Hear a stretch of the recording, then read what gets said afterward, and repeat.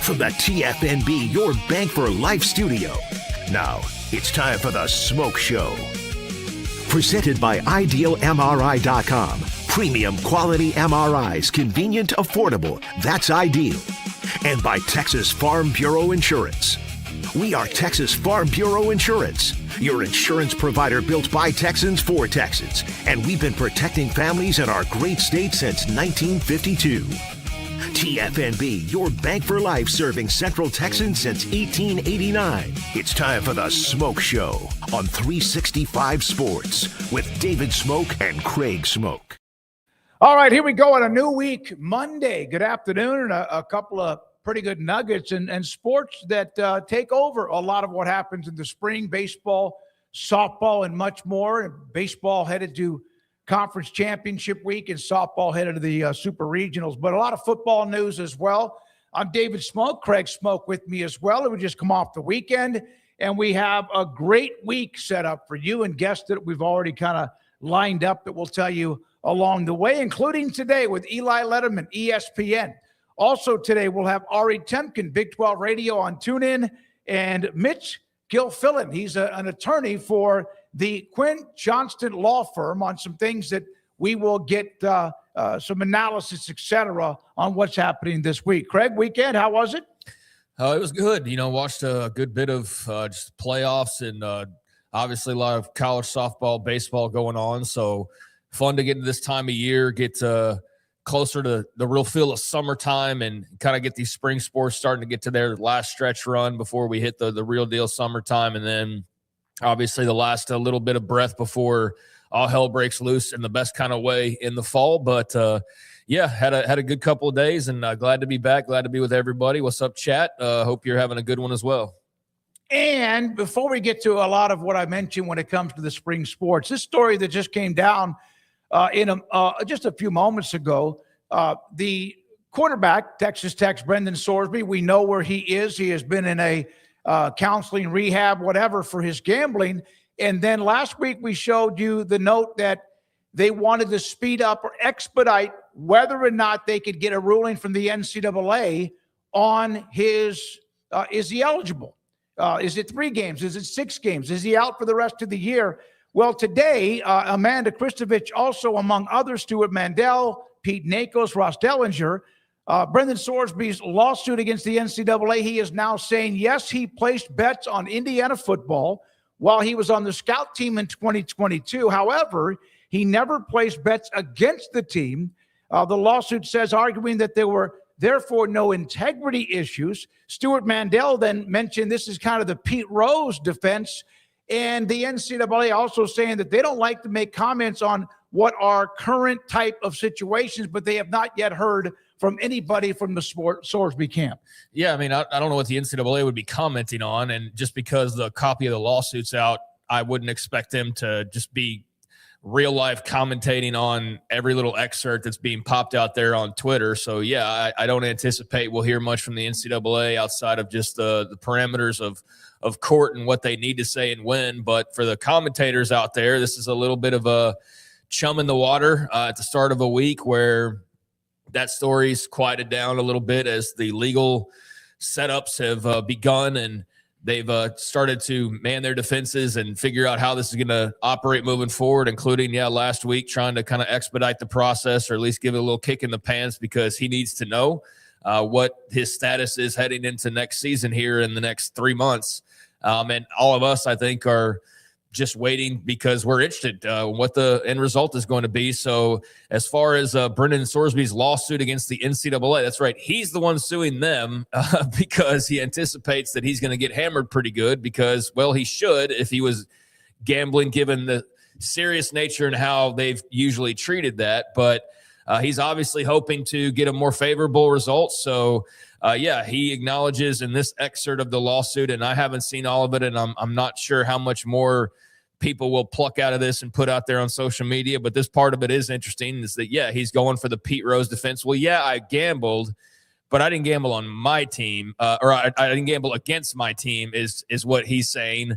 I don't know how that really changes too much, but they're using that as an argument for why he actually does not have integrity issues because, yes, he gambled, but it wasn't on against his team. So we'll see if that's something that resonates, I guess, with those that they're targeting here. But very interesting to hear in their write-up. Mr. Sorsby plays small bets.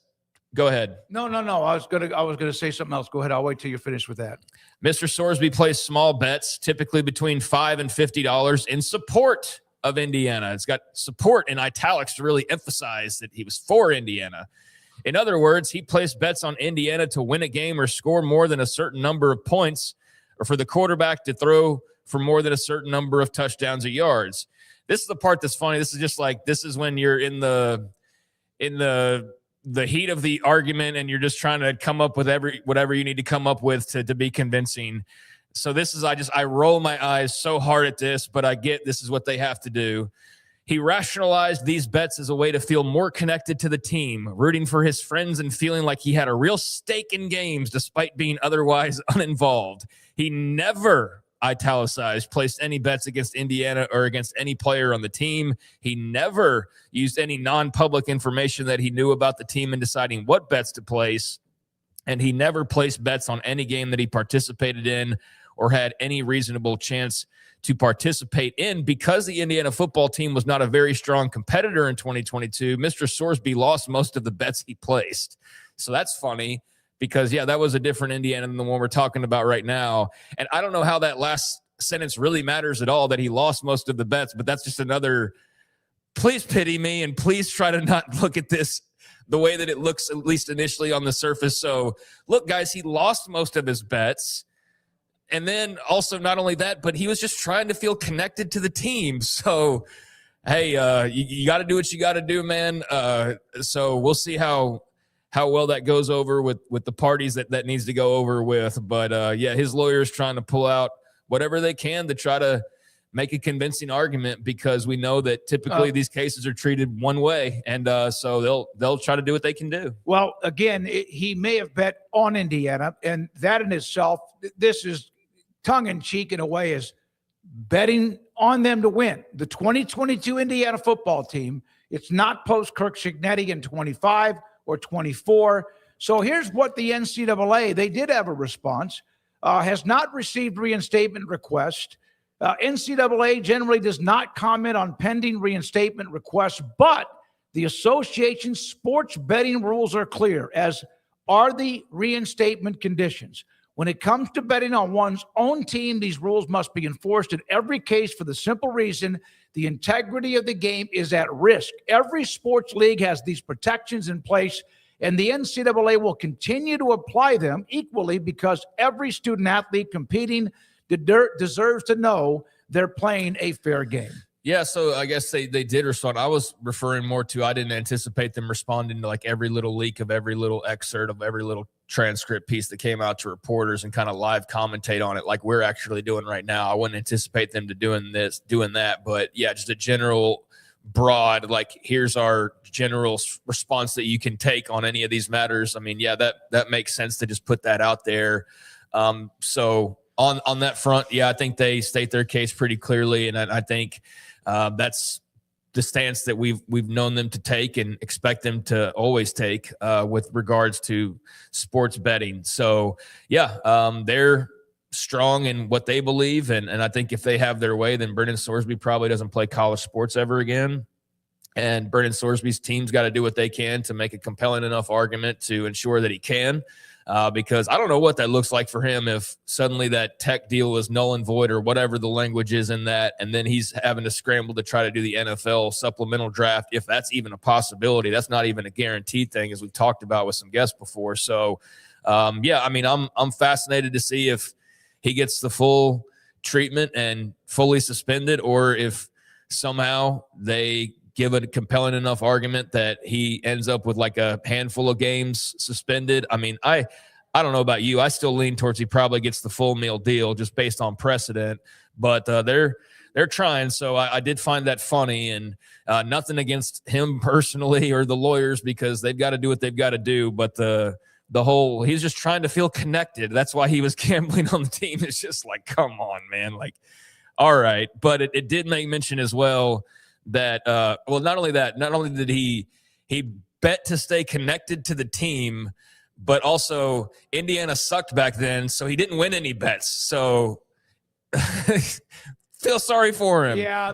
But no, it does say though that after he was named backup in late 2022, October 2022, once that happened, he did not place any bets in connection to Indiana, because he was now an active member of the team who could reasonably expect to join his teammates on the gridiron at any moment. So, in fact, from that point forward, he never bet on any of his teams, any games his teams participated in, and so on and so forth. So they're saying when he was like just the red shirt out of the picture, not involved, that's when he did it.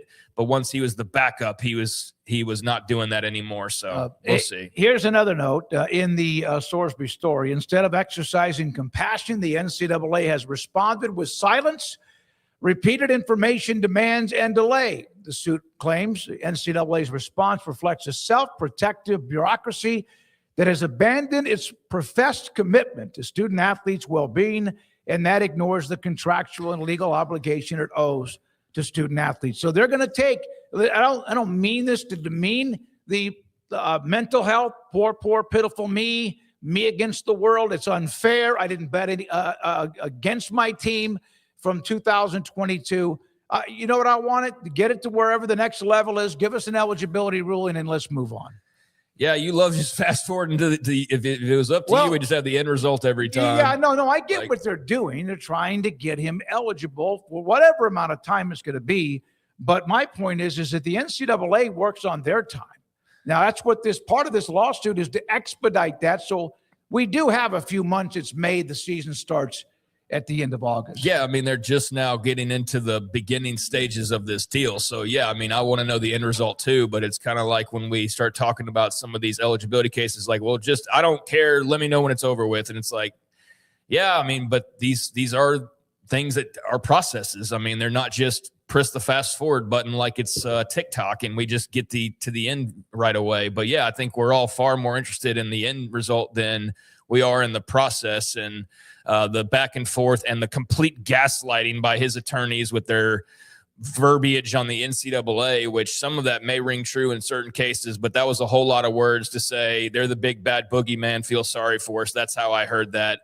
But again, I understand their counsel trying to do the best they can for their client, and the one way to try to attack the argument against him being able to play again is to attack the NCAA and try to prove that, they're not out for the student athlete and they're the boogeyman again, and that he's somehow the victim in all of this. So like I've said all along with Brennan Sorsby, I hope he's actually getting real treatment while he's in actual treatment. He's been in there, I guess, like 3 weeks to a month now at this point. So hopefully that's actually helping him, and it's not just some stage thing to be able to go to court and say, no, he went and got help. So that's why he's fixed and he needs to be able to play football again. But I know we all have that side eye that we look at that and we go, I don't know. But I hope that it is all legitimate and he's getting help, and that this doesn't ruin any more of his life than it already has. And as far as the ruling, I'm somebody who would really love to see Brennan Sorsby play at Texas Tech, but I am adamant about opening the door even a little crack to having players have some type of argument about, well, he wasn't technically on the team or he wasn't betting against his team. I think that's just a door I don't want to even approach, much less crack open. So we'll see what other back and forth kind of arguments are to be made here over the next few weeks, however long this ends up taking. But yeah, there's obviously a time frame here because we do have 3 months, but we have 3 months, and then he's got to know something at some point. If in fact, and they don't always have them, haven't had one in a long time. If there was going to be, if he's ruled ineligible and can't play, then the supplemental draft, you'd need that. If you're a Brennan Sorsby, you need that sometime at the end of June or early July when training camps start that month. So there's other college football news that we'll get to, including a report about the Pac-12 and also the Big Ten starting their spring meetings, and a lot of that. But there's also a lot of baseball news too, and softball. And here was where we'll start. Here is the top 25 baseball teams as they now head to conference tournaments after the regular seasons have wrapped up. UCLA from the Big Ten remains one. Then you have Carolina, Georgia Tech, Georgia, two of the four, both from Georgia, Texas at 5, and then Auburn, Oregon State, Iowa, West Virginia, and on. Also, KU is at number 13 from the Big 12. And then also later on, Arizona State in at number 21 and Cincinnati right after that at 22. Yeah, kind of interesting to see West Virginia over Kansas, right? Given that Kansas won the Big 12, but I guess that's, just taking into account various factors, strength of schedule, things like that. But, yeah, congrats to the Jayhawks on their accomplishment. Rez, you have that image of the KU baseball coach, Craig, as you're talking about. A nice opportunity to show that while we have it. There you go. First time since the 1940s they won a conference title. Yeah, that's an awesome accomplishment for them. So, yeah, again, congrats to Kansas Jayhawks on winning the Big 12. I know West Virginia's got a really good team as well. But, yeah, cool to see a lot of these conference races starting to finish out and the positioning in the rankings, if we could go back to that, guys, when you get a chance to. But good to see that KU graphic and appreciate that. But, yeah, good to see, this start to hit the stretch run and get excited about what the super regionals and Omaha and all that has in store here over the coming weeks. And UCLA's pretty much been sitting right there in that top spot like the whole damn year. I mean, every time we've flashed this graphic, not that we talk a ton of college baseball, but when we've checked in, I mean, UCLA is always right up there. ACC still well represented, and mix mash of just everybody else from across the country. So, yeah, I think this ought to be a fun postseason. I saw some fun results over the weekend, including that KU celebration. So I'm looking forward to it. I'm not a big college baseball guy during the regular season so much as far as keeping up to date on it regularly. Just kind of pop my head in, see certain results, catch a certain game or what have you. But, yeah, I'm a sucker for getting into the postseason and then how the tournament itself works. So I'm looking forward to seeing how this whittles down towards Omaha here. By the way, on the West Virginia, they swept KU in Lawrence near the end of the year, 2 weekends ago. Okay. Well, so there is why, despite the conference title with KU, why West Virginia is ranked well ahead of them at 9 compared to number 13. Well, as I told you, I'm not somebody that keeps super close tabs on it, so I do need some explanations from time to time. So I appreciate whoever or wherever you saw that to provide some insight on. You. No, I just looked it up. I was like, I got to check in on that. West Virginia, I do remember, has had a nice surge at the end. It's weird to see the conference champion still behind, like 4 spots behind the team that obviously finished behind them. But yeah, if they just swept them and strength of schedule and other metrics, then that makes sense. But cool for KU. Cool to see the field taking shape here as we, again, get on the march towards Omaha, which is always a really fun thing. Pretty soon we'll be talking about Jello shots, and LSU or some team from the SEC will be going crazy with that leaderboard once again. And yeah, just a fun time of year. 8 of 9 West Virginia won in the conference down the stretch. And then here's the tournament coming up in Arizona. Arizona State will be the host team of the Big 12 baseball tournament starting on Tuesday. That's tomorrow with a couple of games and then 2 more right after that, all the way to the championship game on Saturday. We'll be in Surprise, Arizona, where the Rangers and Royals have their spring training outfit. It is a beautiful stadium out just west of Peoria in the northern part of Phoenix, and that's where they will host the Big 12 baseball tournament. Yeah, ought to be a lot of fun. I mean, I think that West Virginia and Kansas obviously have had some pretty good years. Arizona State, though, as well. See who else can make some noise, but ought to be a fun time out in Surprise. And I haven't been out there in years and years and years, but I really enjoyed my couple times out there as the home site for the Rangers and the Royals. But, yeah, BYU Tech, man, Tech surprisingly just nowhere near themselves in baseball.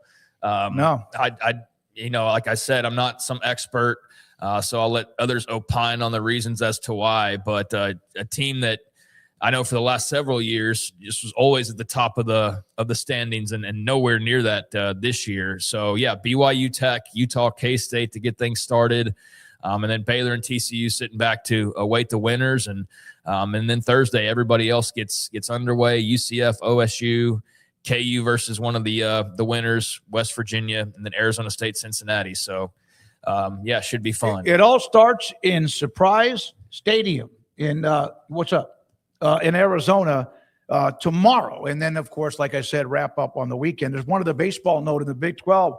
Todd Whitting has been at Houston for 16 years. His contract will not be renewed. The Cougars have not been to the postseason. I'm talking about not conference tournament, but to the postseason in 7 years. And he won nearly 500 games there, 7 consecutive seasons missing the postseason. This year was they really struggled. So he is out. And I saw Joseph Duarte make the comment that if they're going to get serious about baseball at Houston, and they've had some teams, they're going to have to up their NIL content and their budget to be able to do that. I'll take his word for it. I mean, he knows the program far better and is on top of everything H-Town down there. So, yeah, I mean, that typically is the missing piece for a lot of programs, especially ones that are typically used to being at a certain level. And Houston's got a very proud history. So just more give us money, please. I know we needed it for football, and then we needed it for basketball, but now we need it for baseball. And they'll get it for baseball, and then they'll need it for something else. And then that's just the game that you play that never ends, unfortunately, for the donors out there and the supporters of these programs. And I think there's going to be more and more of that for programs like baseball moving forward, as we talked about a bit last week. So, yeah, we'll see if they're Fertitta or whoever they're able to scrounge up to get the next regime what they need to compete. But man, there's just a lot of hands out all the time, every day, every second. It's like the Arkansas tennis. They were going to drop them, and then all of a sudden somebody wrote a check or two, and all of a sudden here they come. They're right back in business. And I saw a story, and I did it like 400 different type of sports and teams that have been basically nuked in the last few years because of budget cuts through all the levels of college athletics. And then the super regionals. What a story it was. A couple of different nuggets from the Big 12. But here are the games. Here are the matchups. Alabama, Texas, Oklahoma, and Nebraska will host the super regionals, as will Arkansas, Florida, Tennessee, and also UCLA. They will all host various super regionals. Best of 3. The winners eventually get themselves to Oklahoma. Yeah, looks like a pretty good field. I mean, a lot of SEC there, just at first glance. I mean, Alabama, LSU, Arkansas, Texas, Florida, Oklahoma, Mississippi State, Tennessee, Georgia. So 9 teams out of the 16 here are just from that conference alone. And then UCLA, Nebraska. And is that it? Yeah, just a couple from the Big Ten. Obviously, Tech, Arizona State, Oklahoma State, and UCF. So 4 from the Big 12. And then I got 8 from the SEC. Duke. 9 from the 9 SEC. from the I just SEC, said that. yeah. And then Duke from the ACC. So, SEC, I think in those diamond sports has really flexed their muscle, even though UCLA is the top baseball team. But, yeah, that's 9 of the 16. You better win the damn title. Like, I know that much. You got 9 cracks out of 16, and somebody better jump up and win. And with Oklahoma and Texas involved, I mean, there's a surefire, like 95% chance that they probably will have one of those two teams winning it. But yeah, fun little bracket there. A lot of really good programs. And I mean, Oklahoma, Texas have really been bringing it in softball the last several years. So interested to see what they do as usual. But if there's anybody else that pops up like UCLA or whoever that makes it interesting as well. Well, I'll tell you what, there's two teams in the super regionals that not many people thought would be there, except maybe them. You see that second line down, UCF Arizona State's playing against Texas and Austin after stunning A&M. Here's a note, 2 more regional seeds go down, UCF winning in theirs against Florida State and Tallahassee, and Arizona State winning in College Station by beating Texas A&M. So a very impressive couple of wins for them. And then leading to this, Texas Tech was trailing Ole Miss 8-0. This century, teams were 0-640 when trailing by 8+ runs in an NCAA softball tournament game. 0-640, and Tech came back to win it. So now 1-640. Down 8 with only 1 out left, about to be, I think even like the game ended early because of the run rule. And I watched every bit of what they did. There's a couple of C&I singles. There's a 3-run homer or something like that. And Texas Tech, a team that went to the final last year, they end up winning despite at that time being down 8-0 to Ole Miss. Yeah, maybe the craziest thing of the entire weekend. It was cool to see when you have these regional crowds, these home crowds, and just the electricity and the excitement, and what an unreal, absolutely unfathomable come from behind victory. I mean, come back from a few runs is one thing, but down 8-0, 2 outs, final inning. I mean, all you have to do is not give up 8 or 9 runs and get 1 out. And Ole Miss couldn't do that. I mean, that's freaking insane. Yeah, like that's insane. Yeah, somebody misses a pitch or somebody just. But you got to miss like multiple pitches. Yeah. Like that's still 2 grand slams. So you got to load the bases up twice. Oh, over. It was nuts. Anyone who hadn't watched the highlights, go watch it. It's nuts. Yeah, I mean, I watched them, and I'll let others like enjoy for themselves rather than give you a breakdown of it all, because it's far more fun to watch than listen to me talk about it. But yeah, it's unreal. Can't imagine what a Tech fan must have felt like in watching that live or hearing the getting the text afterwards or whatever the case may be, however you learned about it, and then went back to watch it. Just really incredible. Never seen anything like it type of a comeback by the Red Raiders. So yeah, they live to fight again another day, and yeah, then turn around and then don't leave any doubts in the rematch with Ole Miss. Beat them down pretty good after that. So. Well, they were down 8-0, and then they tied it. Then they went another inning, and then Mississippi took the lead again, and then Tech came back to tie it and then win the game. Yeah, I'm talking about yesterday. Oh, okay, yeah. Then turn around and just beat them yesterday. Yeah, you're like basically mentally. I can't imagine Ole Miss had much left in them after that. So yeah, like I said, like on Saturday's game, if you want to get the breakdown and how it all unfolded, like there's so much that happened. So go and watch that or read about that. But then yesterday, Tech puts it on them 14-2. So yeah, left no doubts about that. An awful weekend for Ole Miss softball. That's going to give them nightmares for a while. One more thing when it comes to spring and championships, Texas Tech men's and women's track team, which they have done this a lot. They've won 5 consecutive men's titles in the Big 12 and 3 consecutive women's titles, and they swept it again. BYU is in the mix, but Texas Tech wins both the track titles, at least for the conference. And now, of course, everybody starts to move themselves towards what eventually is the Nationals, I think in Eugene, Oregon at some point. Yeah, I mean, they've before NIL and they became a bit known as a school, utilizing that to the extent that they are. I mean, Wes Kitley was still doing his thing. They're still winning championships and all that. So this is nothing new. This is just more of the same, and more of just one of the best programs in America, and has been that for a while, just doing what they've done. So, yeah, I think we were talking about a sport in softball that obviously got a good influx of NIL last year, well-documented, Najee Kennedy, among others. Don't really hear much about her this year in comparison.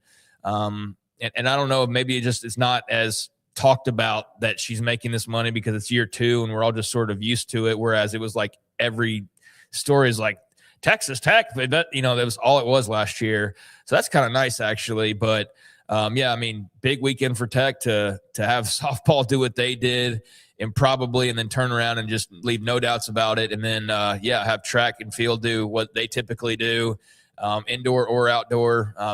Things are great in Lubbock land and Raiderland right now. That's for sure, across the spectrum, except for baseball, I guess. Baseball, not so much, but it's a very fun time to be a Texas Tech fan. It's as good as it's ever been that I can remember. Yeah, no, it is. And, the baseball is, because they used to like maul people with the win, like 14-10. They scored a bunch of runs back in the days when the Big 12 was loaded, even before any of the conference realignment, but not so much right now. Eli Lederman and others at ESPN did a story of ranking the college football Power 4 schools, I think 1 through 68, not in order 1 through 68, but every conference about who had the best offseason. Then they also, in fact, Rez, let's go ahead and show that graphic, the top 10 off seasons in football. We'll have Eli to come on in the next break, but let's kind of ourselves talk about this a little bit, get some feedback from you as well. These are not who's the top 10 teams, although you could probably throw a bunch of them up in the air and a lot of them would come down inside the top 10. The best off seasons, according to Eli and ESPN staff, with Indiana losing a lot, but also, of course, coming off the national title, Miami, Texas, 3 of the top perhaps 10 players in the country coming back this year are UT. 3 of the top 10. Oregon, LSU with Kiffin. There's USC. They've done really well. Texas Tech, they're right in the middle of it. Ole Miss, Notre Dame, and also Ohio State. Yeah, I mean, it looks like pretty much any ranking you could do on any subject matter, top 25 or top recruiting classes or whatever. But interesting to break it down when you get into this specifically being about the offseason, because Indiana did lose a lot, but they bring in Josh Hoover for starters to replace Fernando Mendoza. They've got the momentum of winning that national championship, and wherever that can carry them now, now you're Kurt Cignetti and you're talking about what you've done, not what you can do. And they're armed to the teeth now with that national championship. We can get into the various ones here, but these are the teams that I would anticipate having the best shot at winning a national title this year before you even – like, I think even if you took out the offseason, you just said, like, put together the list of teams that are the candidates, it'd probably still be, like, these 10 teams. Like, maybe one team would be different. Maybe the order would be different. LSU may not with the first year with Kiffin, although they've loaded up. I don't know if they'd be a part of the top 10, but they would be in that conversation. I think when we see the top 25 rankings come out for the preseason, I think LSU is going to be in the top 10. And maybe I'm wrong on that, but I don't think you go get Sam Levitt and Jordan Seaton and all these guys, and then you have Kiffin, and you think you're going to be like, no, well, it'll take them some time. I think we're going like, no, they're going to win right now. They had the big haul and the big changeover. Here's what I don't see on that list as far as if it was a true top 10, team named Georgia. So that's going to bump somebody out of that top 10. Yeah, potentially, but like who though? I mean, that's the thing is, I mean, there's not too many compelling arguments. Where's Alabama on here? I mean, somebody's got to be outside the top 10. So, yeah, I think Oklahoma.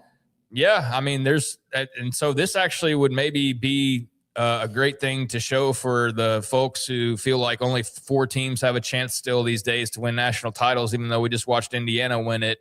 But here's, I think, a good example of, these are just off seasons we're looking at, but I still think these are most of the teams, if not all the teams we'll see in the top 10. And it doesn't include Alabama and Oklahoma among others. So I think that bodes well for a massive race to try to go win a national title, and not just the usual 4 or 5 suspects that like all these teams could have a way to where they're involved. Certainly not just making the playoff, but just in general. I mean, every single one of these teams you can make a case for. And sure, you might think it's too soon for Lane Kiffin. But as far as the offseason, which is what this is talking about, yeah, they had a damn good offseason. They brought in some really high-level players, and they brought in a high-level coach, obviously. USC's been crushing it in recruiting, and I know there's a lot of Lincoln Riley doubters out there, but I mean, as far as like whether or not you believe in them or not, that's one thing. As far as what they've actually done and accomplished recruiting and putting the roster together, I think they've put themselves in a really good place, and they've got a really good quarterback coming back. Tech, we've talked about ad nauseum. Yeah, they need to be here. Ole Miss, I'm not necessarily as like convinced they're just going to stick where they are as everybody else seems to be. I have some doubts that Pete Golden's just going to take it and just keep it right where it was. But I do think they'll still be a really good team. For a short amount of time into the bowl game, that's for sure. I mean, yeah, after they had already pretty much clinched everything and got where they needed to go. I mean, he didn't, though, guide bowl them game, I meant playoffs. To the playoff, though. That wasn't him. So can he do that for an entire season? I mean, that's just where I wonder. And I'm not saying he can't. I'm not convinced that it's just going to translate like, oh, well, just what they did last year, he'll do that again. Like, I don't know about that. But they have a chance to be really good again. And then, yeah, I mean, every one of these teams we could talk about further, but they're pretty self-explanatory, I feel like. And I'd be interested to know who somebody thinks maybe doesn't belong on here, but this is just off-season. Yeah, just this is clear. The transfer portal. This is the high school recruiting. If you brought in some nuggets, not to mention what else you may have done with your coaching staff. And that's what Eli will explain, kind of all of it together and how they came up with this list. So that's coming up next. Eli Lederman with ESPN, Ari Temkin at 4, and then also Mitch Gilfillin will join us today at around 4:45 or so. The SCORE Act is on the agenda this week in Washington, D.C. Even if it does get through the House, it will not get to the Senate. So why are they doing that? We'll get to that and more, and what it means. Thank you for your time. Please hit the like button if you haven't. Craig Smoke and David Smoke, The Smoke Show on 365 Sports. Petty Clinic, lowt.com. Dr. Kent Petty can help you become the high-performance man that you want to be, need to be, and used to be. Want to be, which means you want to get back to what you used to be. And you just don't feel right. You're lethargic. Your energy's not the same. You're not even sleeping as well. And your focus, maybe you've always had a little bit of issue with that, like I have a very bad attention deficit, but sometimes your testosterone level, when it drops, can create problems there too. And yes, your sex drive and performance. Dr. Petty, contact them. Petty Clinic, lowt.com. Tell them I sent you. They will set you up to get your blood work, take care of it, get the results back from the doctor's office, and then get back in touch with you. And if your low T level's too low, they can put you in a program to increase it so you can become the high-performance man that you want to be, need to be, and used to be at pettycliniclowt.com. Broker is your Lennox Premier dealer. Right now, qualified buyers can make no payments and get no interest financing for 12 months on a new Lennox home comfort system. Conditions apply. Call Ray Broker Air Conditioning and Heating Specialists for details and a free estimate. At Allen Samuels Jeep in Waco, get a 2026 Jeep Wrangler Sport for just $32,990. Or take $10,000 off a 2026 Jeep Grand Cherokee Summit. Come by, let's be friends.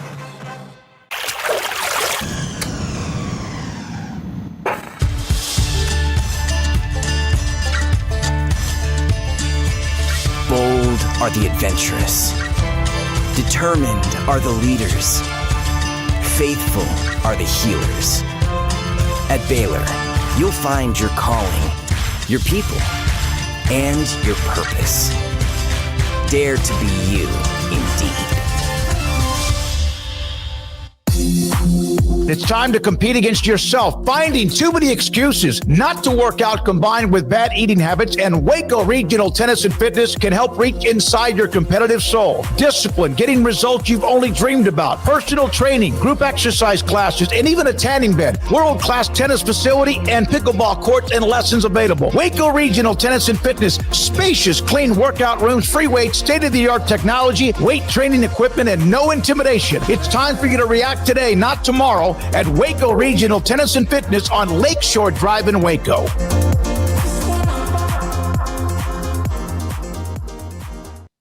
Serving Central Texas since 1889, TFNB Your Bank for Life takes pride in being more than a bank.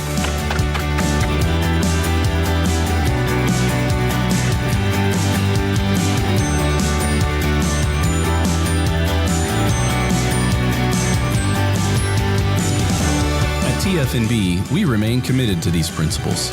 If you value them too, come join us. TFNB, your bank for life. Extreme Texas weather calls for Ray Broker, your Lennox Premier dealer. Sign up for our year-round comfort plan and keep your home the perfect temperature no matter what the forecast is. Call or visit raybroker.com now. Ray Broker, your air conditioning and heating specialist. This 3 o'clock hour is brought to you by QC Kinetics. Feel better, move better, live better with regenerative medicine using your body's own healing abilities for natural pain relief. No surgery, no drugs, no downtime. With locations in Dallas and Houston at QCkinetics.com. It's time for the Smoke Show on 365 Sports with Craig Smoke and David Smoke. And we are back at Eli Lederman. ESPN joins us. He put together the story about 1 through 68, the power or the P4 schools and who had the better off seasons. We went through some of the top 10 that Eli posted earlier, and he joins us now on 365 Sports. Eli, it's that time of the year for these type of projects, and I love them. It's great to talk about them. How long did it take, and what were the critical parts of how you came up with 1 through whatever in each conference? Yeah, well, hey, thank you guys for having me again. It's good to be back, and I'd be remiss. It was a group project. Me, Adam Rittenberg, and Max Olson, 2 of my teammates at ESPN. The 3 of us sat down and worked on this for the 2nd straight year, and it's the perfect time for it. It's the off season. It's a time of year where you want to talk about football, but increasingly we find ourselves talking about court cases and stuff in DC. So it was fun to dive into the football side of it. And, there's the undertaking of it, of filling out and doing all the research here. Increasingly, you've got all the different roster moves of the offseason, departures, transfer additions, all that stuff. But then there's the debating it and figuring out, how to rank these teams. And there's no one perfect formula, but we're looking a lot now at, who'd you lose, who'd you bring in, staff changes. Retention is a massive piece for any major college football program nowadays. That was a big boost for some of the programs that maybe didn't have flashy off seasons in terms of additions, but just brought back everybody they would have wanted to bring back. And so it was pretty holistic. And then we sit down and we quibble over really tiny details for a good while until we come up with a list. So starting off at number 1, and we won't go through obviously every single spot here, but man, I'm just going to, every time Indiana's on top of a college football list, I'm just going to keep bringing it up because I don't know if we'll ever see anything like this ever again, Eli. I mean, this is just crazy for them to do what they've done and then to just still be looking like they're going to continue to be in that picture. I mean, the number 1 offseason for you guys, you lose a Mendoza, but you bring in a Josh Hoover, and you lose some other guys to the pros, but they seem to have addressed their needs. And as you guys point out, there's just such continuity there in Bloomington right now. Yeah, I mean, it's all the above right there. Like, I think what struck me about probably the top 5-6 teams on this list who had big things to replace is programs really now, especially when we're talking about the money you can spend. It almost resembles more of an NFL offseason of you're just filling your needs. And the teams that did that well are many of the ones at the top of this list. But Indiana, you need to replace Fernando Mendoza. You go get Josh Hoover. They brought in guys and plugged other key holes, and then their continuity from the coaching staff, which traditionally you might have expected that to just get ransacked. And perhaps some of that is the reality of the calendar now, where most programs couldn't have waited, of course, until late January to make a move. But bringing back that staff, I think everybody but the strength and conditioning staff is back. You add Josh Hoover, you bring back so much, and there's no reason to not think that Indiana is going to look like the Indiana we've now seen for 2 years, which to your point here, it's staggering that we're talking that way, but here's where we are. And then there have been teams over the years, of course, now things have changed quite a bit, that have been able to have continuity with their coaching staff. And so far, Cignetti's been able to do that. I, for example, as a lifelong Nebraska fan, Osborne kept his staff together forever. And then when they started to kind of go on their way, some other things changed as well. But that's a big deal that he has not lost much at all to other teams for head coaches. Yeah, I think, this isn't new to the sport. To your point, Tom Osborne, that was a huge piece of what they did at Nebraska. But when you look at Indiana, and that has felt as much about spending and good evaluation as it has just been a well-oiled machine, a big part of that machine is this coaching staff. And we've seen that now for 2 seasons of what they've been able to do and to be one of the more disciplined, effective, well-executed programs all over across college football. And, there's probably other programs where you look and not the same one-to-one comparison, but they lost coordinators, or we had questions about what it's going to look like with internally promoted guys. That's not a question with Indiana. And again, given the way they've operated and the way they've been so sharp, that staff, we can say at this point, is such an asset that maintaining it alone was perhaps the biggest bit of business they did all off season. Eli, outside of just his controversial walking into another hornet's nest of media stuff, Lane Kiffin has kind of tried to downplay. Well, give us, he's kind of tried to say, well, it's the first year and this and that. But I mean, it's the LSU job. It's Lane Kiffin. We're going to expect a lot out of the gates, and you guys have them as the number 5 offseason. They obviously had a good portal, but what are your expectations for Lane Kiffin? Do you think he hits the ground running? Do you think this does take some time? I mean, obviously, if they're ranked highly across the board, then I think their fans are going to expect results right away, and that's kind of the job that you took, right? Yeah, I mean, look, any coach from a lowercase political standpoint, right, has to, manage expectations, try to take as much pressure off himself, his players, all that. But I don't think you can look at the way LSU operates as a school and a program from an expectation standpoint and really argue that this is going to have to be a slow build. And you can't really look at their offseason business and say, that this is going to be progressive and all that. This team has been built to be competitive from the jump, and we're going to see. I've joked to people, don't take everything we put in here for certain, because a year ago we had LSU as the number 1 offseason in all of college football, and we know how that worked out. So we're not geniuses. We just do our best. But I think when you look at LSU this year, they filled every hole they had. They brought in a quarterback in Sam Leavitt, who we've seen perform at a really high level at Arizona State. They filled holes just about everywhere else on the roster. They brought over a lot of the staff from Ole Miss. They didn't bring in everybody that we might have at one point thought, if you really ransacked Ole Miss, you probably would have brought a few more names, but they did a good job on that front. They kept Blake Baker defensive coordinator, which was a huge win in terms of continuity. Corey Raymond, secondaries coach, the same deal. And so expectations should be high for LSU. And it's why, all right, they're not number 1, but 5th ranked offseason of anyone in the country. You think about where LSU was in the fall last year. They are much better built seemingly on paper to be successful. So Mississippi made the great run, and then we know that Golding took over at the end. Trinidad Chambliss is back. So I was wondering about how people look at them. Of course, obviously, like Craig mentioned, the fireworks at Ole Miss at LSU with Kiffin and company. So how did you go about with them? If Chambliss is not back, they're not in your top 10. I can't. That alone is how valuable he is. But the transition with what they did for a short amount of time without Kiffin, how did you discuss that amongst the rest of the guys? Yeah, you sit down to do a list like this, and because so much goes on in the offseason that even those of us who are 10 feet deep on it all, you miss things, you forget things. And when you sit down to do a list like this, you kind of get reminded or surprised by some stuff. And Ole Miss was one of those programs that when I sat down to dive into it, I was maybe pleasantly surprised at just how well I thought they did this offseason. Obviously, Trinidad Chambliss is the biggest development for them, and that got settled in a courtroom. But away from there, retention, Kawan Lacey, a couple of the other guys they brought back and retained, didn't lose them to LSU, didn't lose them to somewhere else, are going to be massive for them in the fall. And on defense, it's been 2-3 years now where they've basically pulled off the same thing of reloading in a big way. And this time of year, we might look at the defense, and all 3 of them have been under Pete Golding, and you say, I'm not so sure. Where are the proven guys, this, that? And they've continually done that. And you look at what they did to replenish. They lost a whole lot to the NFL draft. Some guys left in the portal, but they really replenished with a bunch of proven SEC defenders. And I think that's where, the confidence comes that you bring back Chambliss, you bring back Kawan Lacey, some guys on the O-line and some big defenders. And then you add in the portal, and there's every reason to feel like this team could look similar to where it was a year ago or even better. So, Eli, we were looking at the top 10, and I was saying it looks like the top 10 that could be the preseason top 10. I mean, it's kind of the usual suspects or any other list for that matter. But Georgia was not in that top 10. They are 4th in the SEC, but I kind of feel like they're almost sort of like lost in the conversation. We're talking about Texas, or we're talking about Ole Miss, or we're talking about LSU, and that's just the SEC alone, much less Alabama. Georgia – I guess, are they kind of surprisingly not being talked about that much to you right now? I think they've mastered the quiet offseason, and Kirby Smart probably likes it that way on the whole. At this point, the last couple of years, nobody's used the portal less in the SEC than Georgia.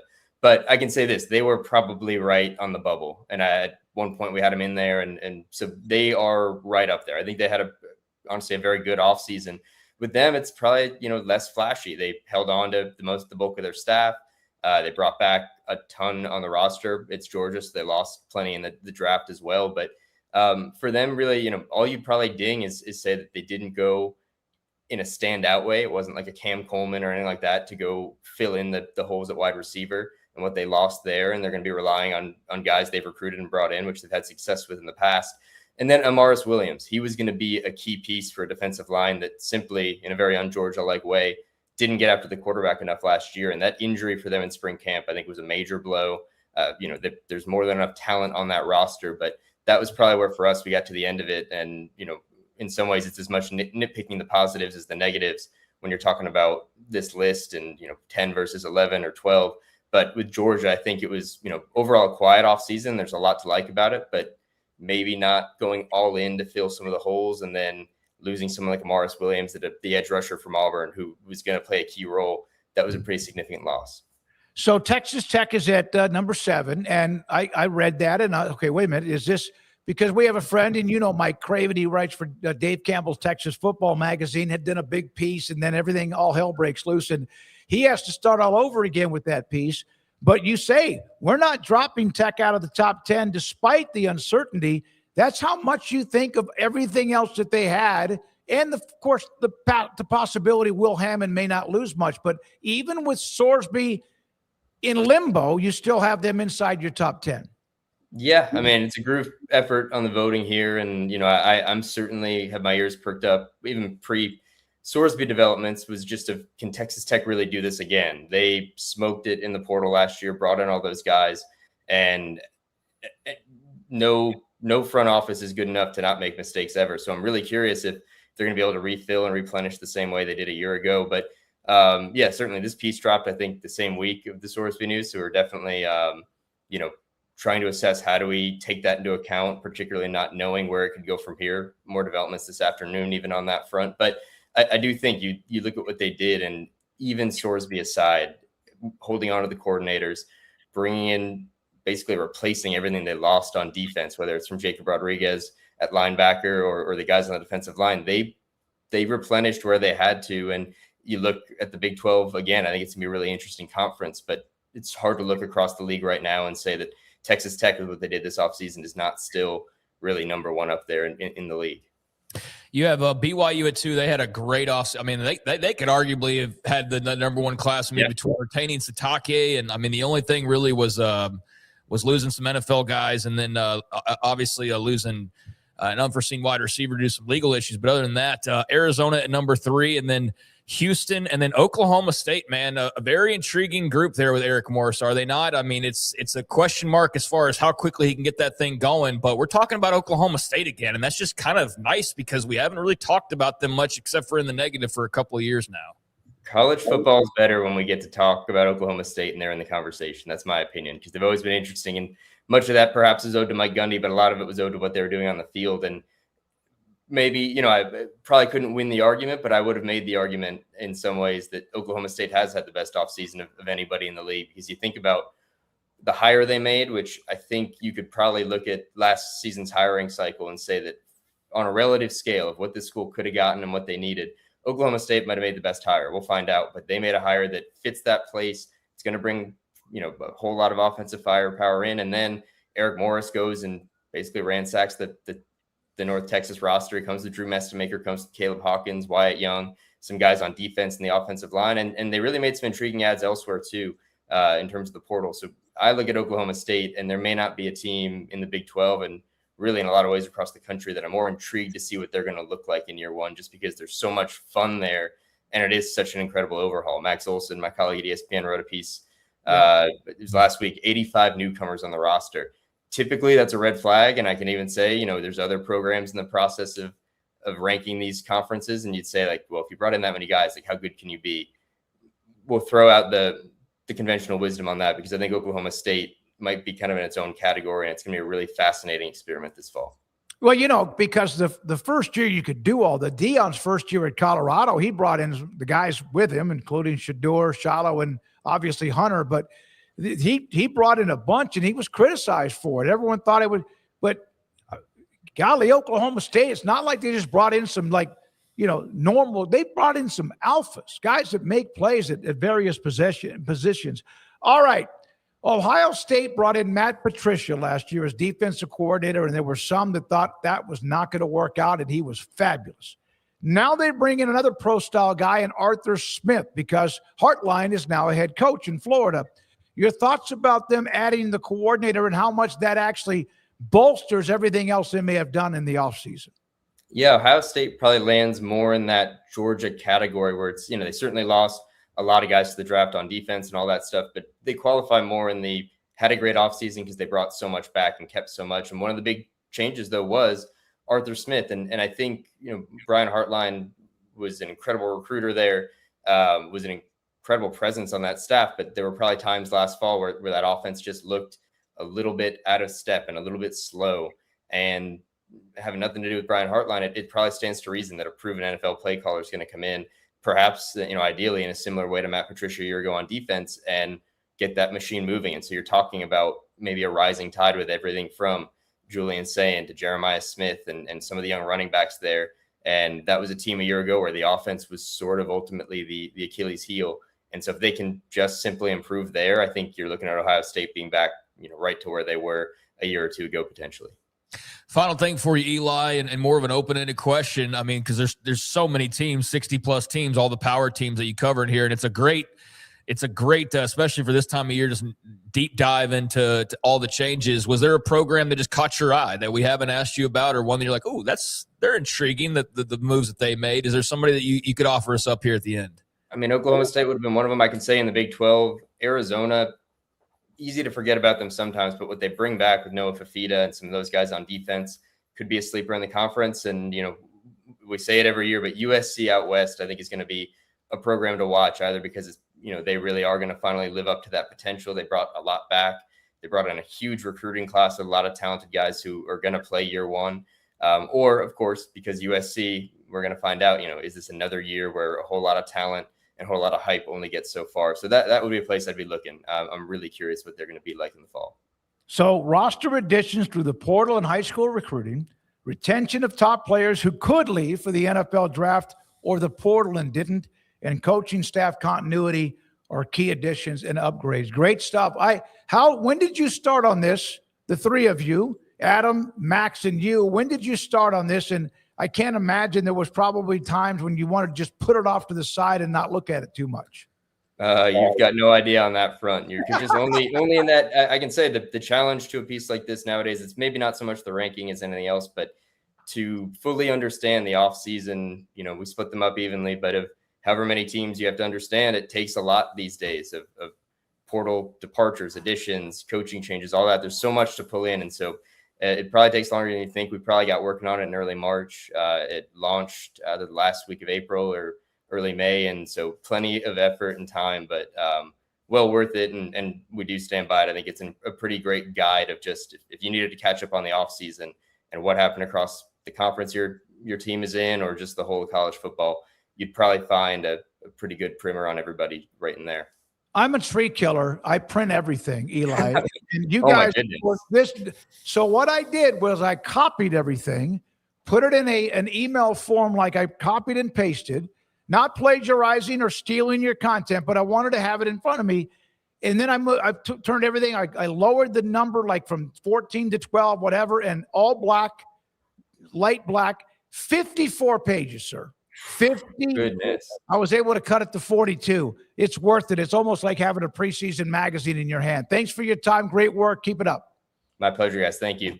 Eli Lederman from ESPN with us on 1 through 68 ranking everybody in the major conferences in Notre Dame on what they did in the offseason to get better or perhaps not. Yeah, I mean, it's just like you said, like he said, sort of an off-season magazine. And yeah, I'm not going to – ink is too expensive. I don't know how you buy all that ink. That's what's confusing to me. That the ink is so damn expensive. I had to get some here recently, and it's like $100 for everything. I got a new plan. I told the lady on the phone, I said, listen, you can't give me enough ink. And so she really helped me out.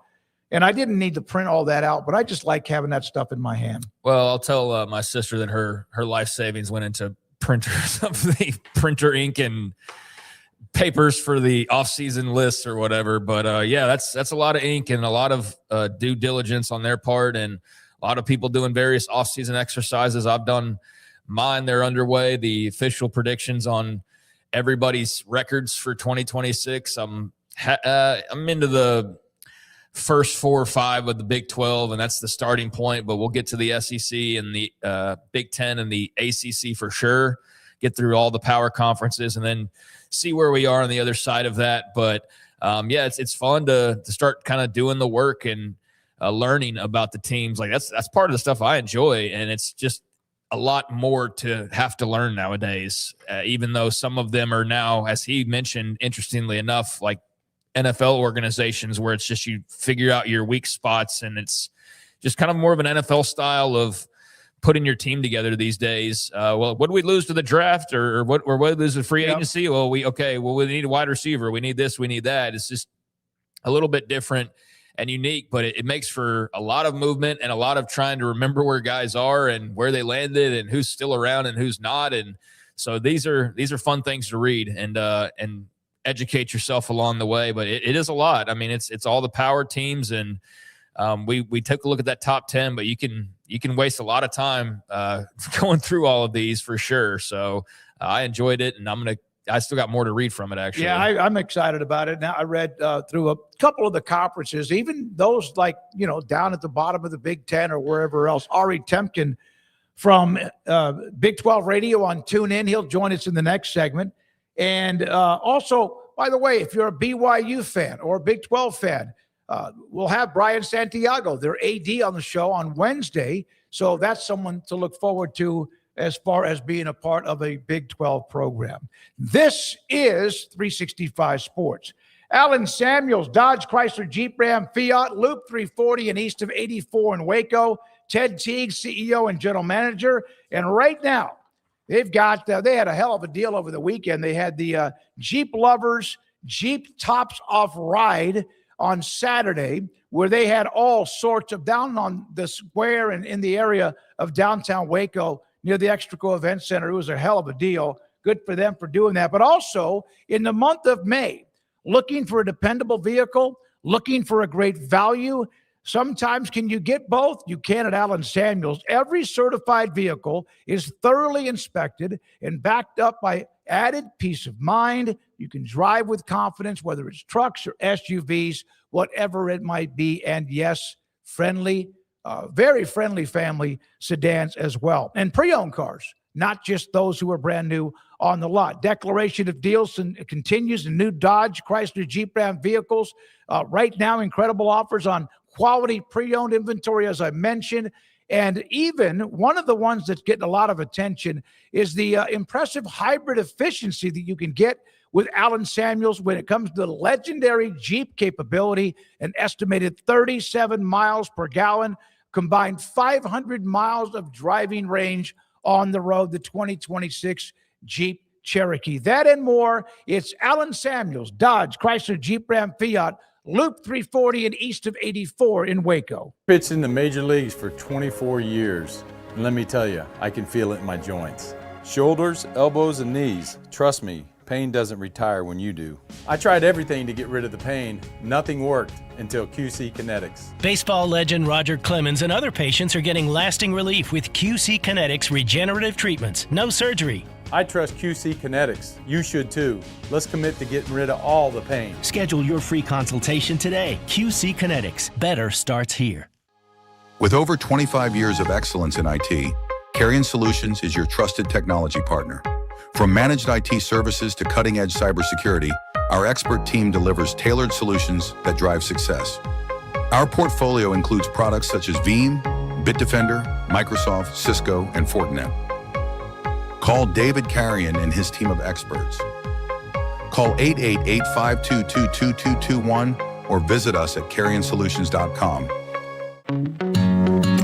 A Established in 2007 and independently owned, Alliance Bank Central Texas is committed to helping families and businesses meet their financial goals. From their tellers to their board of directors, they know the importance of superior service and competitive products. Customers have confidence knowing that their financial needs are in good hands. It's your bank, Alliance Bank Central Texas, with 2 Waco locations, 4721 Bosque Boulevard and 191 Archway Drive on Highway 84, and at alliancebanktexas.com. Member FDIC and equal housing lender. Hello, I'm Camille Johnson with Camille Johnson Realtors. We specialize in selling residential real estate agent all across our community, and we love serving all types of families. We have been in business at Camille Johnson Realtors for almost 9 years, and I have been a residential real estate agent for almost 40 years. And we love our partnership with 365. So thank you for partnering with me, and thank you so much to all of my clients who have made our company a success. Don't gamble on a used car. Get the value of pre-owned without the risk with Car Bravo at Richard Car Motors. Every Car Bravo pre-owned car and truck comes with a no-gamble peace of mind that includes pre-negotiated upfront low pricing, a thorough multi-point inspection, a vehicle history report, a 12-month, 12,000-mile bumper-to-bumper warranty, a no-obligation 10-day or 500-mile return policy. Get all the value of pre-owned with the peace of mind of new. Shop smarter. Drop in to test drive today or see our selection at richardcar.com. At Richard Car, we give you more. Pepperoni Magnifico. Pepperoni Magnifico. Marco's Pepperoni Magnifico. Classic and crispy cut pepperoni, 3 melty cheeses, all on our fresh made dough. And starting at just $12.99 for a large, it's no wonder Marco's was named America's favorite pizza chain. This 4 o'clock hour is brought to you by Stonewood Dental, your one-stop shop for your dental needs, specializing in teeth cleaning, fillings, crowns, sealants, root canals, IV sedation, extractions, implants, bridges, dentures, full mouth restorations, and bioaesthetic dentistry. Our priority is your comfort from the moment you walk through the front door. Stonewood Dental in Robinson, Texas. It's time for the Smoke Show on 365 Sports with Craig Smoke and David Smoke. All right, here we go. This 4 o'clock hour. Ari Temkin, Big 12 Radio on TuneIn joins us. We appreciate Ari for always, whenever we can get him on the show. Ari, thanks for your time. I saw where you had Drew Mestemaker on recently. What was that conversation like? And what a player, what a story he's been.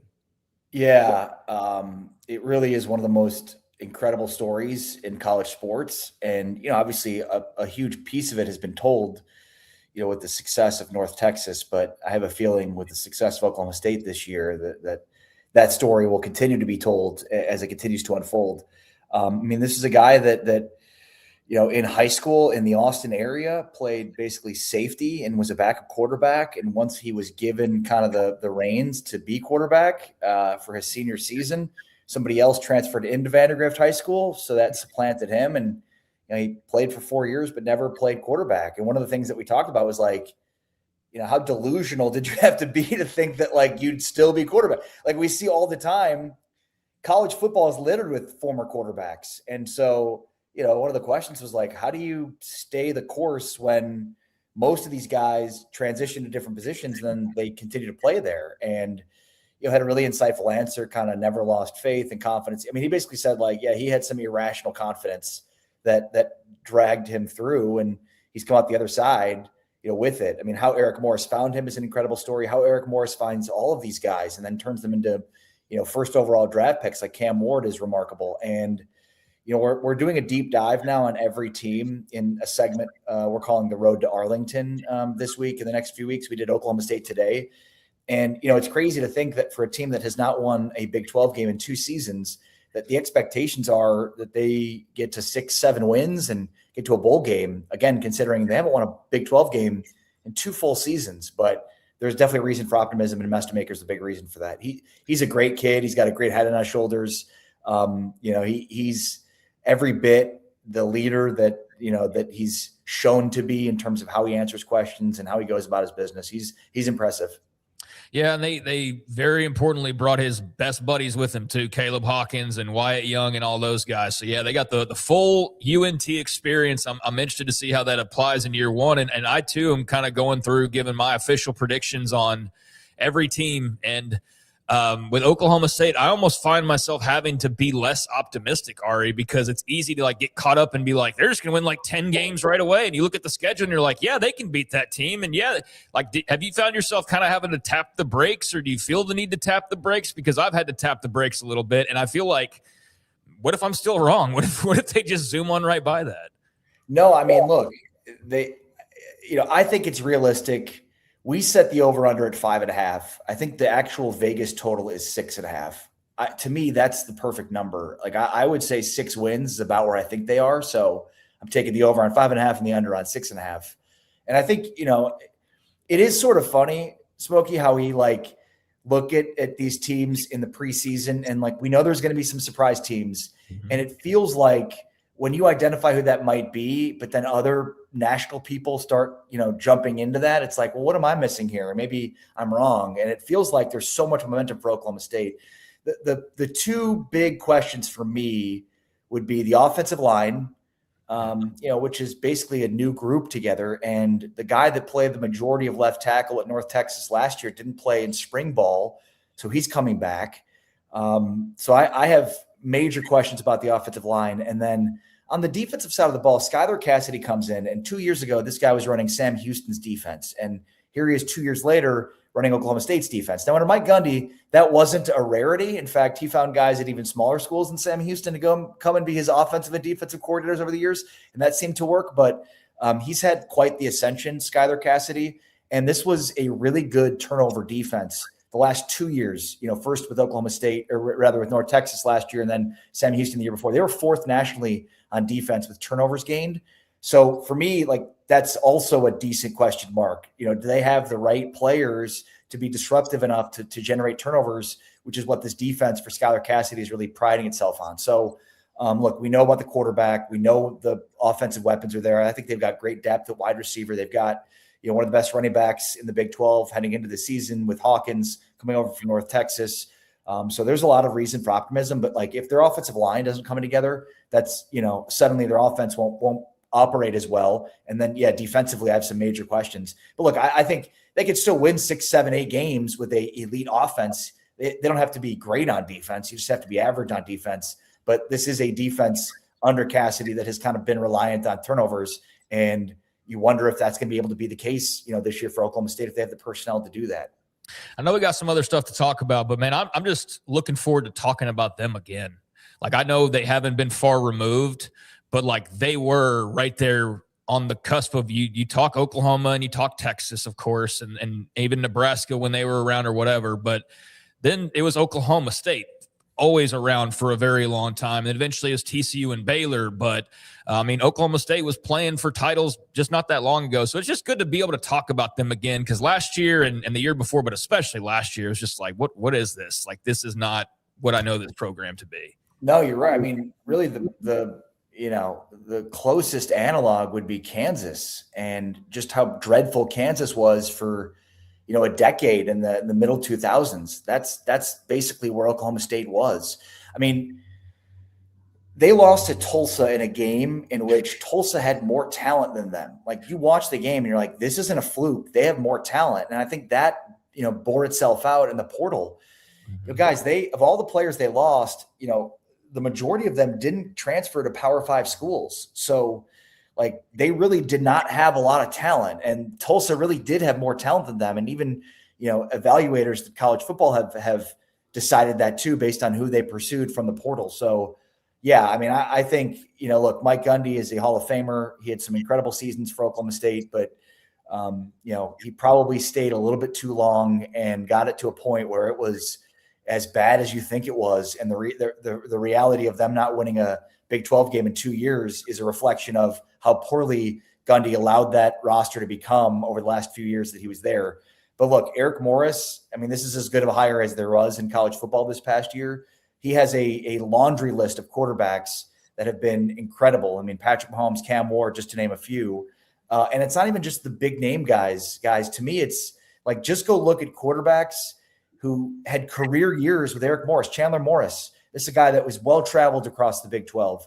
The best season he's ever put up in college football was when he started the year before Drew Mestemaker at North Texas under Eric Morris. And go back even further than that. Anytime Eric Morris has had a starting quarterback. They've had easily the best season in their careers. So, look, Mestemaker is going to be good. I think there are legitimate questions. And yeah, I mean, if this team is to compete for a Big 12 championship, I think that's more 2027 than it is more 2026. I think this might be easier than I first would, but of the 4 incoming coaches, Morris, we mentioned him. Scally takes over at Utah. It's kind of you think a smooth transition, but the Whittingham departure to Michigan took some of that arsenal. Rogers at Iowa State, man, they have to almost not rebuild completely, but it might be that in the end. And then also with Colin Klein at K-State. Name them in order of who will have the most success. This year or long term? I'll tell you what, let's change it up. Let's do long term. Wow, that's a great question. Number one, I would say Eric Morris. And the reason I probably don't have Colin Klein in that spot is because Colin's been an offensive coordinator and hasn't been a head coach, whereas we've seen it with Eric Morris, that he can do it and has been successful as a head coach. And then, you obviously look at the offenses he's presided over and the quarterbacks that he's helped tutor. For me, Eric Morris is a slam dunk. And, Oklahoma State is not used to being as down as they've been. So I expect them to compete for Big 12 championships, again, starting probably in 2027 based on what they do in 26. And remember, Mestemaker has multiple years of eligibility left if he decides to use those.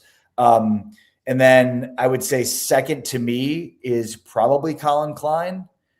But Morgan Scally, the thing is, it feels like Morgan Scally is cut from the same cloth as Kyle Whittingham, but has some really important distinctions in terms of maybe being a little bit more colorful on offense. So it feels like you're getting the basis of what Whittingham was with some more upside in terms of offense. So maybe I will put Morgan Scally second in terms of long-term future. There's also a pretty long list of successful coaches at Utah, not just from a head coach, but from a coordinator standpoint.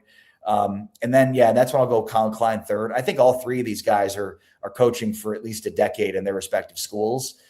Klein to me is a huge wild card in terms of he's never been a head coach, but his offenses have hummed wherever he's been. I mean, when you look at A&M and how poorly they were on offense under Jimbo, and then the immediate turnaround when Colin Klein got there, and then obviously what K-State on offense looked like with and post Colin Klein. So, and then Jimmy Rogers, I think Jimmy Rogers is going to be successful. I think, there are a lot of things about Jimmy Rogers that are very similar to Matt Campbell. In fact, there's a great piece written about Rogers where there was a reference made to TJ Otzelberger, and basically Otzelberger, who was with Jimmy Rogers at South Dakota State as the head basketball coach, and Rogers was their football coach. And he basically called him Matt Campbell 2.0. So these are guys that are about the process, that are about developing players, that it doesn't matter what your budget is in terms of NIL, that they're going to get guys that are going to exceed expectations. So I think all 4 of these coaches, I'll say this, I think all 4 of these coaches are going to be far more successful than the coaches that were hired last year in Scott Frost and Rich Rod. In terms of the immediate future, who has the most success this year, you're probably looking at Morgan Scally 1, Colin Klein 2, and then Eric Morris 3 and Jimmy Rogers 4. So Ari, in going through and doing these exercises, it's easy to kind of peg the top teams, but I'm very interested in the bottom teams. I'm not real high on Colorado, but I know I might be short selling them a little bit. And Iowa State, there's just so much turnover and so on. But where are you on your Jayhawks?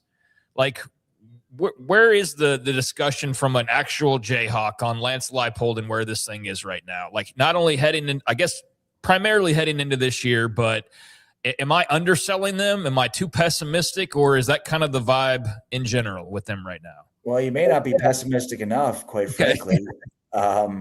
It's a great question, Craig. And it's funny because we've done a bunch of series throughout the offseason, and we did top 5 newcomers at every position. So transfer portal and incoming freshmen. And then we did top 5 players at every position.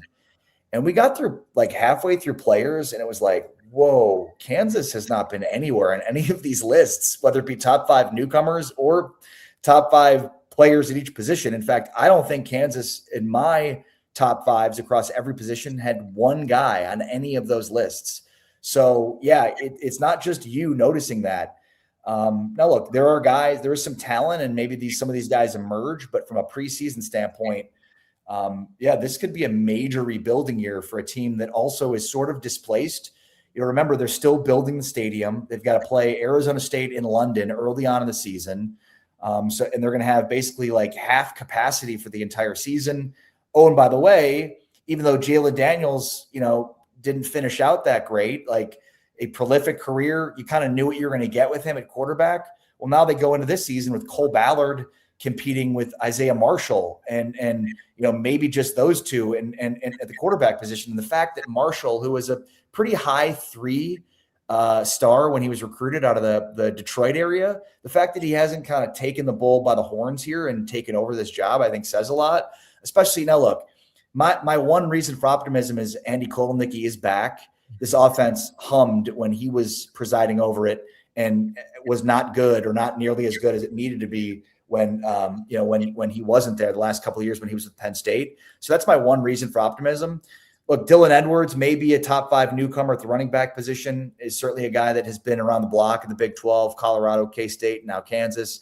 So I think like there's something there, but especially with Isaiah Marshall, who's more of a dual threat quarterback than Cole Ballard is. And if you're going to run that Kotelnicki offense, it feels like Marshall's the guy along with Edwards. And then, some of these other running backs they brought in, one from Syracuse as well. Maybe that's the reason for optimism, but like, I don't really see a legitimate X wideout. Like I see some guys that have produced defensively. They were pretty bad last year and they lost some of their best players from the defensive side of the football. So I'm with you. I think they're probably bottom 3rd in the conference. And, we could argue about whether or not Lance Leipold should be on the hot seat. Obviously this was a program that was just in a horrible situation that they've been lifted out of. But I would say back-to-back 5 and 7 seasons is not, there's no legitimate excuses for them.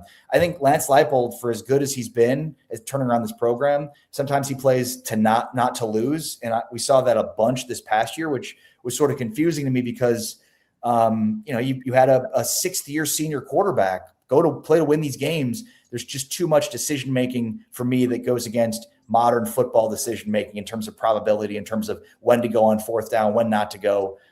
So for me, like if I'm evaluating Leipold, it's more on the in-game decision-making stuff that's really bothered me the last couple of years, more so than anything else. But yeah, you're not alone, Craig. I mean, this could be a bad, brutal season for KU. Lance Leipold is one of my favorite as far as the people that we get to know. Obviously, Sataki, Aranda, and Joey, but I really do like Lance Leipold. I wish him the best for your mental health sake too, Ari, for yours too. Hey, man, thank you very much. Look forward to it. We'll have you on, I hope, a couple more times, and then we'll see you in Frisco here in a couple of months.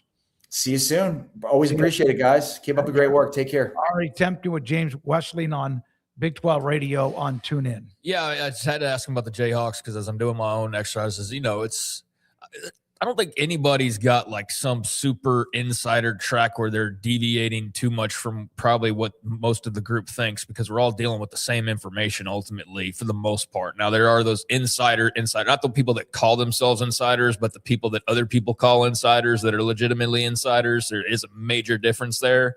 The actual insiders, I think there's things where you can go, no, people don't know about this wide receiver group. Like they're really like, that's the kind of thing that you can miss out on. For the most part, I mean, I think everybody probably feels pretty much the same way about who the top 10 teams are overall. And then I think if you were to look at like the Big 12 preseason rankings, or we could do this for any other conference, it's just we're talking about the Big 12 here. I don't think too many people are going to deviate all that much. You might have like some Colorado guys that decide they're going to be 8th rather than most people who have them at like 15th. But outside of that, I mean, we're all kind of in the same ballpark. So that's why I was curious about. Damn years like that. I was curious about Kansas because I'm not high on them, and it's not like I'm like super sour on them either. I don't have a reason to believe. I feel that same way about a couple of other schools, but like at least with Colorado, I can go like, oh well, Brennan Marion's back. Well, they also got Kotelnicki, so there's that. Julian Lewis as opposed to Marshall or Ballard. Okay, there's that there. But like what differentiates those two from each other or from a couple of other schools that are in that same area?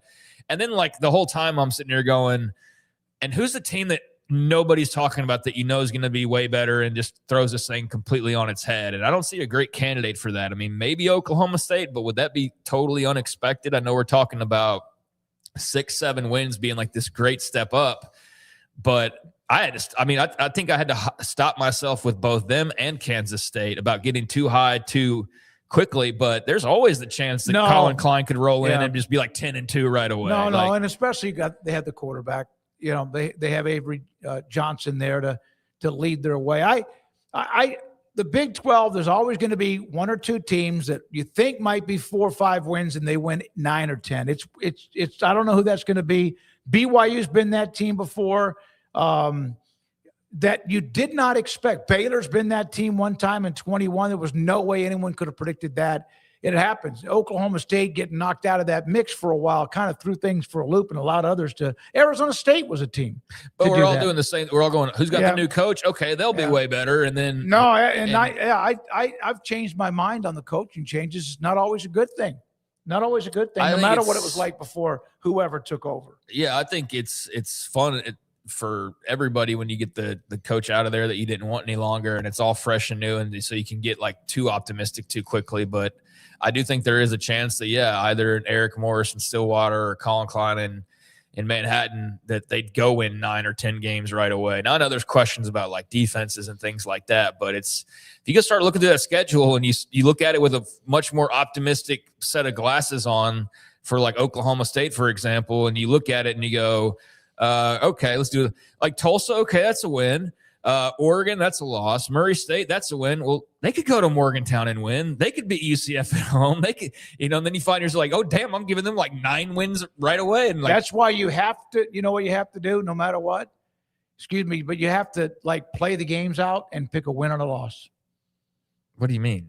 Kansas plays Iowa State. Who's going to win? Pick a win or a loss. And that's the only way I could ever get the records the way I think it's going to come out. Yeah, that's what I'm doing. No, I know you are. I'm just saying. I'm talking about anybody. Sometimes they'll go 8-4. Who are they going to play? Who's going to win? Okay, that team.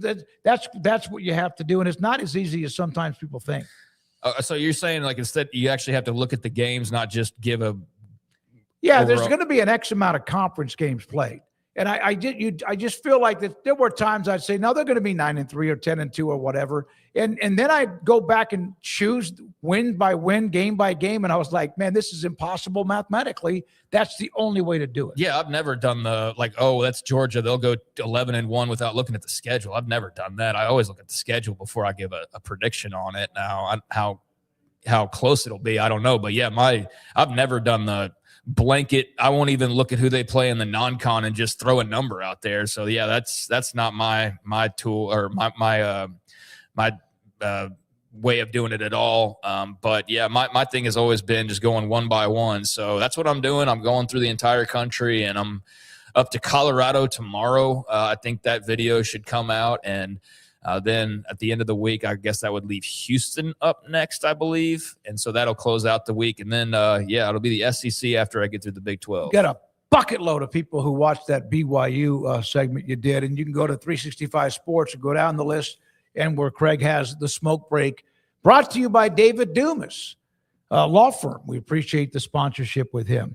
When we come back, let's look at some other college football maybe and college notes, college sports notes, that and more. This is 365 Sports and the Smoke Show. And there's QC Kinetics. QC Kinetics. So Eric Mateos used to be the offensive line coach. He's been a lot of different places. He was at Baylor. And his mom used to follow me and still does on Twitter. And sure enough, over the weekend, I saw this.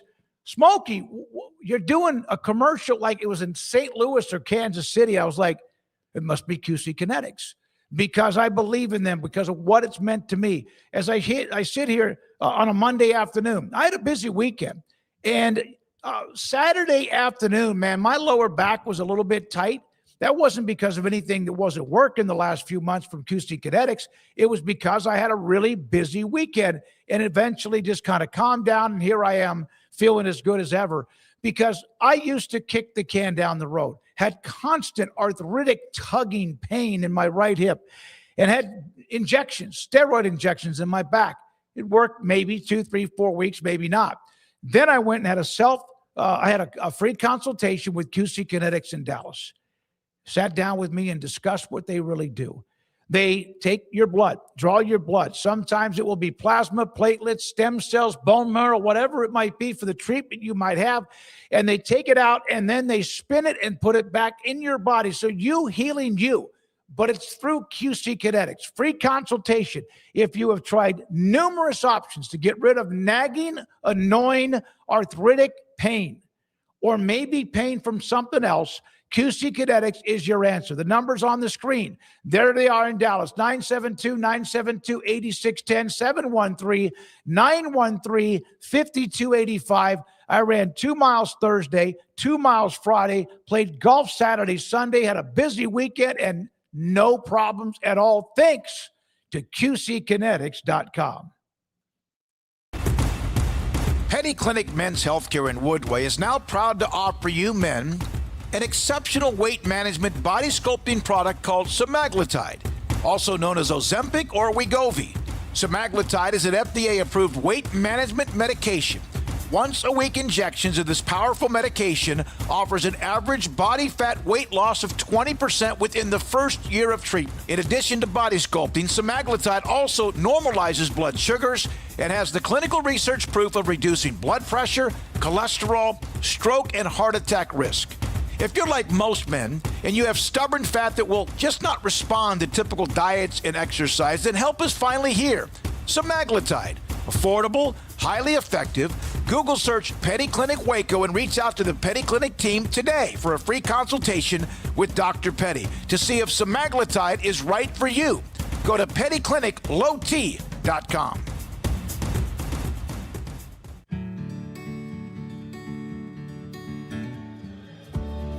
Whatever it is you wrangle, whatever seeds you sow, no matter what you nurture or what you choose to grow, at Texas Farm Bureau Insurance, we're proud to protect all Texans. When you play hard, sometimes you fall hard. Sports injuries require special treatment. At Southwest Sports Medicine and Orthopedics, our team of expert doctors provides athletes and active adults with comprehensive sports medicine care, diagnostics. Whether you're in high school, college, or beyond, we'll help you get back on the field. Call on the team physicians for Baylor Athletics. Call Southwest Sports Medicine and Orthopedics.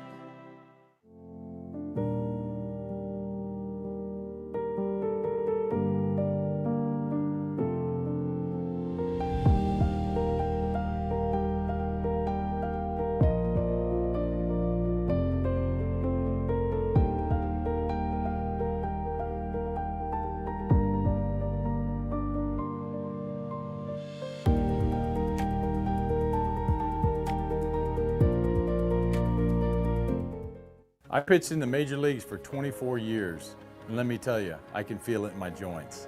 Shoulders, elbows, and knees. Trust me, pain doesn't retire when you do. I tried everything to get rid of the pain. Nothing worked until QC Kinetics. Baseball legend Roger Clemens and other patients are getting lasting relief with QC Kinetics regenerative treatments. No surgery. I trust QC Kinetics. You should too. Let's commit to getting rid of all the pain. Schedule your free consultation today. QC Kinetics. Better starts here. From the TFNB Your Bank for Life studio. Now, it's time for the SMOAK Show. Presented by IdealMRI.com. Premium quality MRIs, convenient, affordable. That's ideal. And by Texas Farm Bureau Insurance. We are Texas Farm Bureau Insurance, your insurance provider built by Texans for Texans. And we've been protecting families in our great state since 1952. TFNB, your bank for life, serving Central Texans since 1889. It's time for the SMOAK Show on 365 Sports with David Smoke and Craig Smoke. All right, here we go. We're going to get into some college athletics, college sports business, a few things. Big Ten meetings will start in Southern California this week. We had the story about Texas Tech's Brennan Sorsby suing the NCAA or asking for an expedited ruling on his eligibility. The NCAA moves at its own pace. This won't move up their timeline. It's like you trying to get a hold of the IRS if you owe back taxes, and they're going to tell you what it is, and then they might listen to you at some point about how you're going to pay it off because they're going to get the money. So we did that story. We went in depth with that as Sorsby was mentioning that he did not bet against Indiana, bet on Indiana, and it made him feel closer to the team when he was not playing in 2022.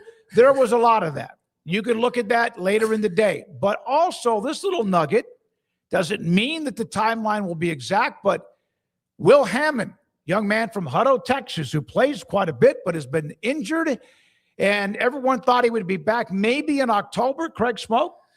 Yeah, it looks like he's going to be back as quickly as you could possibly hope for as a Texas Tech fan. Joey McGuire giving a lot of updates here lately, and there was one from earlier this afternoon that McGuire said Hammond will be able to participate in 7-on-7 drills in June and could be game ready as soon as week 2, which is a road trip to Oregon State on September the 12th. So at the latest, McGuire told ESPN Hammond would be in game shape by September 19th Big 12 opener against Houston. So he's put a timeline out there now of maybe as soon as week 2 going to Corvallis, or at least game shape by the Big 12 opener against Houston on September the 19th. McGuire saying August 21st is 9 months, so he should be released August 21st. It could be a couple days before that. Even with all that being game ready, my mindset has always been we don't have to rush him back. So if we can have Will Hammond ready to go against Houston, total 100%, he feels great. That's kind of been the plan. So there is that. And yeah, I mean, that would be ideal. I think that Houston game, when I'm going over these schedules and kind of giving my thoughts, and I haven't gotten to Houston or Texas Tech yet, but I am side-eyeing that Houston trip to Lubbock. And I understand Lubbock's a very tough place to play. But if Will Hammond's like first game back and he's playing that Houston defense, like that could get weird. That could get a little sideways. And if it was a game in Houston, I think I probably would outright pick Houston in that game. It's just for like an upset, because he would just be getting back at that point. So that would just seem like a prime upset spot. But in Lubbock, you go, okay, maybe not so much, but we'll see. I mean, that's a huge question. Even if he was healthy coming back, guys, like that's still a question mark. Here's the thing about Tech. In the past, for the last several years, decades, you could probably go, well, they're going to always outscore people. And so how do you – but who they are now being built as what is their core with the defense allows them to be in every game. And also, they just did not have much against Oregon. But it's going to give them opportunities to win some games that if, in fact, the offense isn't quite right. Well, I think it's a couple of things. I think defensively, yeah, they should still be very solid. I am not ready to go, yeah, they'll be exactly as good as last year. I mean, okay, they're just going to replace Jacob Rodriguez and David Bailey and player at Mermello Height. And like, I know some guys, maybe you feel like, okay, yeah, we did get somebody that could easily replace them, or we've got these young guys that are coming up through the system or whatever. So it's possible. I just think that last year, I mean, my God, how high of a bar did you set to try to just get back to that point? I mean, record number of draft picks and probably the most talked about player in college football for like the first 6 weeks of the season in Rodriguez. And there's a very high bar there, but let's say they meet that. I think the saving grace is not even so much that, although if you're going, okay, they don't have like their starting quarterback, and it's not like, that was a bugaboo for them last year, but okay, the defense would be good enough. I think the thing is you just feel like your running game is going to be really good, so you're not that worried about the offense. But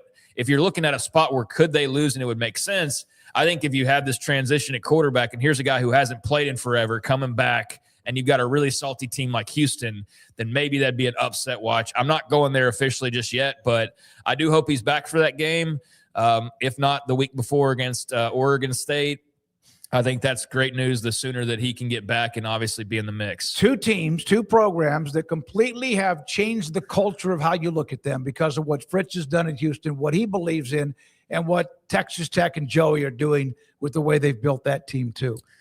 Yeah, I think they've got a really solid run game that's going to be able to do a lot of the heavy lifting for them with Jacoby Williams and those guys. And obviously getting Quentin Joyner, looking forward to seeing what he looks like after a year away, after getting hurt last year.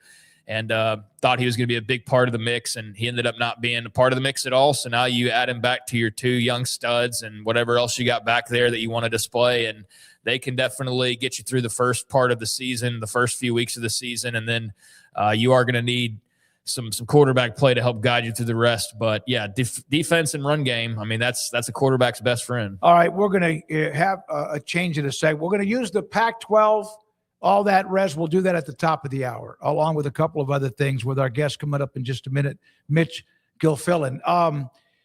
Here's some of the responses. By the way, somebody says, Craig, you're doing a lot of the predictions on records.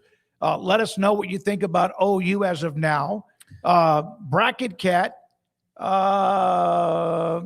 people are talking about, they're not real sure about. Well, in fact, Kim saying, I tell you who I think is vulnerable this year. Maybe it's the 2 teams in Arizona, although the hopes for Arizona very high with Fafita. He's kind of their version of Trinidad Chambliss. I'm not comparing him, but that's kind of what he means to them. I think he means as much, if not more, actually, for Arizona than Trinidad Chambliss means to Ole because he Miss. doesn't have as much around him. Trinidad has other guys to relate to. Yeah, I think the Arizona schools are 2 schools that I've got like in the 8-win range, both like right in that kind of vicinity, which is sort of about where they were. Like it's a game less, and I'm just doing regular season. And what I'm going to do is after I get through one conference, I'll circle back around and do an episode where I go, all right, here's the teams that played in the title game. Here's who won. Here are all the bowl teams, and kind of go over it from that perspective, as opposed to picking BYU on a video and then going, and then they're going to make the title game and lose, and then they're going to go to the top. Like, I'm not going to do all that in each one. So I'm just doing regular season predictions, to be clear. But yeah, I got Oklahoma will be coming up. They'll be coming up in the next few weeks, but I feel very good about them this year. I was last year 1 foot in, 1 foot out, like probably everybody else, but they proved a lot. Defensively, they should be very salty, and I think Mateer having a year under his belt and hopefully some good health will be fortuitous for them. So I will get to them probably in the next 4 or 5 weeks. It's like 3 episodes a week, so I've got to get through the Big 12 and then through most of the SEC alphabetically till I get to Oklahoma. Well, we'll do that, and that's good. You go to 365 Sports on YouTube and go to the smoke break, along with what else we do here on this show every afternoon. But I'm optimistic about the Sooners, and I'm much more optimistic than I was a year ago. And felt much better by the end of the year. Although that's not saying there's not question marks, but I feel like they're in a really good spot. And again, the Arizona schools, I have them in that 8-9 win range. I'm not so high on Arizona being like the upset the apple cart team, because I don't think he would be that surprising, number one. And I'm also just not so sure they just run it back. Although Fafita is great. Fafita is awesome. And then Arizona State, like there's just a lot of questions, but I feel like everybody's just so confident about Kenny Dillingham being a great coach that it almost doesn't matter. Like, you lost Sam Leavitt and Jordan Tyson and Max Ionichor and this guy. And this guy's like, yeah, it's Kenny Dillingham, though. Like, he's going to be fine. I think Arizona State will be neck and neck in the standings. Yeah, and they did not have too many, like Boley, the kid from Kentucky's their quarterback who he played a lot last year. Or Mikey for Keene. them. Yeah, or Mikey Keene, exactly right. I think that there's just a confidence in what Dillingham does. And last year they took a slight step back because the year before they had that fantastic year that was so close to the win against Texas, but they couldn't close it out. And in Arizona, I've seen a lot from national guys, not just those who like Jason Shearer and whoever else. I've seen there's a pretty good feel about what Arizona might be this year with Brent Brennan, and also with a lot back that people don't sometimes realize. I think it's pretty well documented what they lost in the secondary and what they have coming back as far as Fafita and Risano and guys like that. So I think they'll be really good again. I just think you got to go to Provo, you got to go to Lubbock, you got to go to Manhattan, you got Utah on the schedule. I think those are just some tough games that I'm not ready to go like, oh yeah, they'll roll into Provo and win that game, or roll into Lubbock and win that game. So there's a couple of losses that I predicted. So I had them at like 8-4, which would be a step backwards for them by a game. But that's still, I think, pretty optimistic, all things considered, where that program was. Brent Brennan, biggest thing is that he's got them in a place where you're like, 8 wins might be disappointing. Well, and given where he was 2 years ago, it's yeah. like, wow, that's impressive. They made a pretty big leap. There were thoughts even from those who covered Arizona about whether Brennan would survive the first year. They had basically 3/5 of their offensive line replaced, a couple of 3 or 4 new receivers. It's part of the game. About half their starters are all players that were playing somewhere else last year.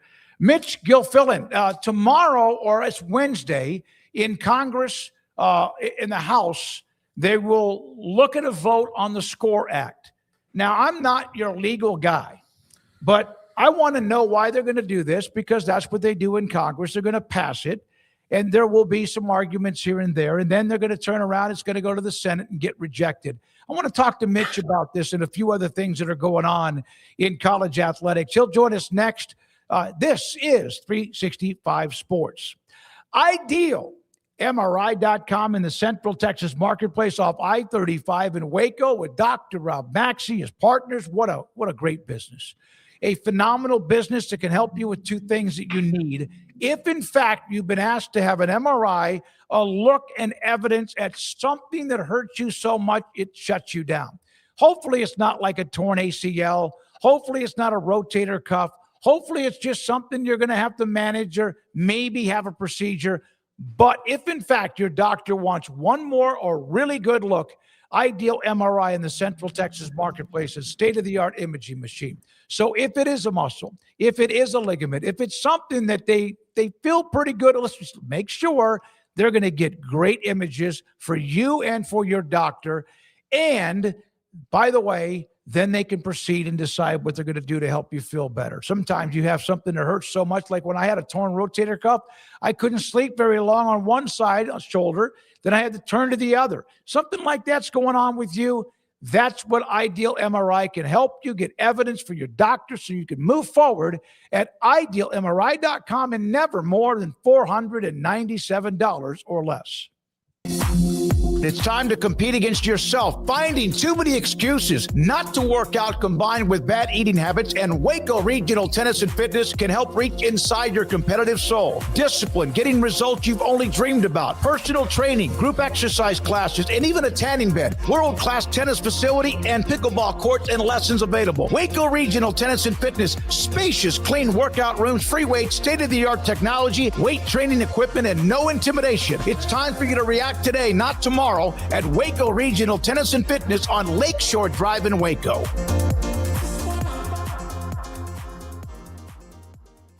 I have a lot of friends reach out to me about buying vehicles for their fleet and their business, and I always recommend Allen Samuels.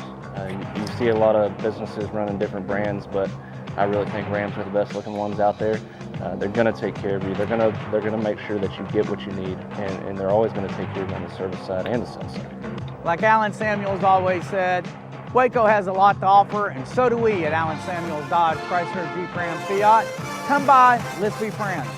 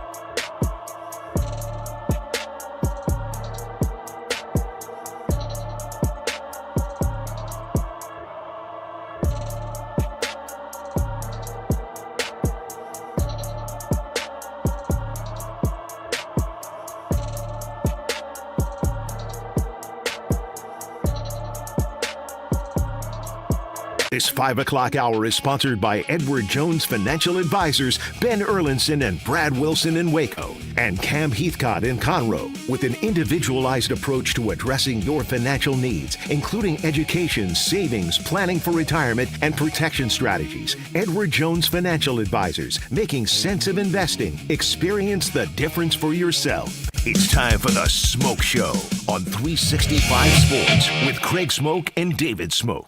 All right, here we go. 365 Sports on YouTube. We appreciate your time. Those of you watching on the YouTube channel, and then also watching on the Twitter feeds, including one I have at David SMOAK. We appreciate you for that. And during all this time where there's so much like, I guess, confusion, so many things that seem like they're going to be lawsuits, et cetera, when it comes to college athletics, I have gotten to know or reached out to a lot of different people, including our next guest who will join us, in fact, right now, Mitch Gilfillin from the Quentin Johnston Law Firm. He joins us on 365 Sports. And thank you, Mitch. Appreciate your time. I have now probably been in contact with 25 or 30 legal experts, analysts, or whatever. Thank you for your time. Have you received more interest of people wanting you on segments, et cetera, because of all of what's happening with college athletics? First off, thanks for having me. I appreciate the time. And to answer your question, yes, I have. There's never been a better time at the intersection of sports and law than there is now.